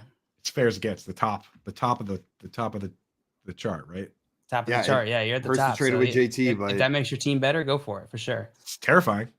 It's Yeah. terrifying. It's scary to trade John. That's a Halloween trade right there. Right? It is. William Garvez asking, hey guys, picked up the Gus bus.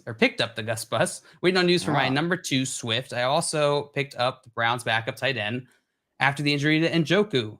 I do have Waller waiting to break out. Thoughts on those tight ends, Mr. Tinkler? Who was the other one besides? It was Waller and Harrison Bryant. Yep. Yeah. Start Darren. If Darren Waller practices today in full, I'm starting Darren Waller. Otherwise, I'll start Harrison Bryant. Yep. Well, Squilly, I'm going to agree 100% with our tight end Tinkler here. It's Darren Waller. Harrison Bryant, if this is Dynasty, I love having him on your bench and see what you got. Maybe he is right there. Maybe he's killing it for you, but you got to plug Waller in unless you see something from him. Yeah. Scott Vicious, hashtag Team Beard. Mine is getting a bit unruly now, though. Let's hit one more question from Eric saying, morning, gents. Would love to hear your thoughts on the trade. PPR redraft. I'd be receiving Lockett and Pollard for Juju and Scary Terry. I'm thin on running backs. Thanks. Do it. If you're thin on, if you would start Tony Pollard, then do it. I'm with you. It comes down if Tony Pollard goes right into your starting lineup. Everybody who tuned in with us today, I want to thank you so much for hanging out with us this beautiful Wednesday morning. I've got the day right today. This is the Front Yard Fantasy Morning Show here on Better Sports Network. Coming up next, we've got Moose and Keith, followed by Lunch Money presented by Fantasy Guru. And then our friends Nando and Corey will be on a little bit later today as well. Enjoy the rest of your Wednesday, and we will see all of you tomorrow. Hogs out. Out. Oi, hey. Hey, oi, hey, oi.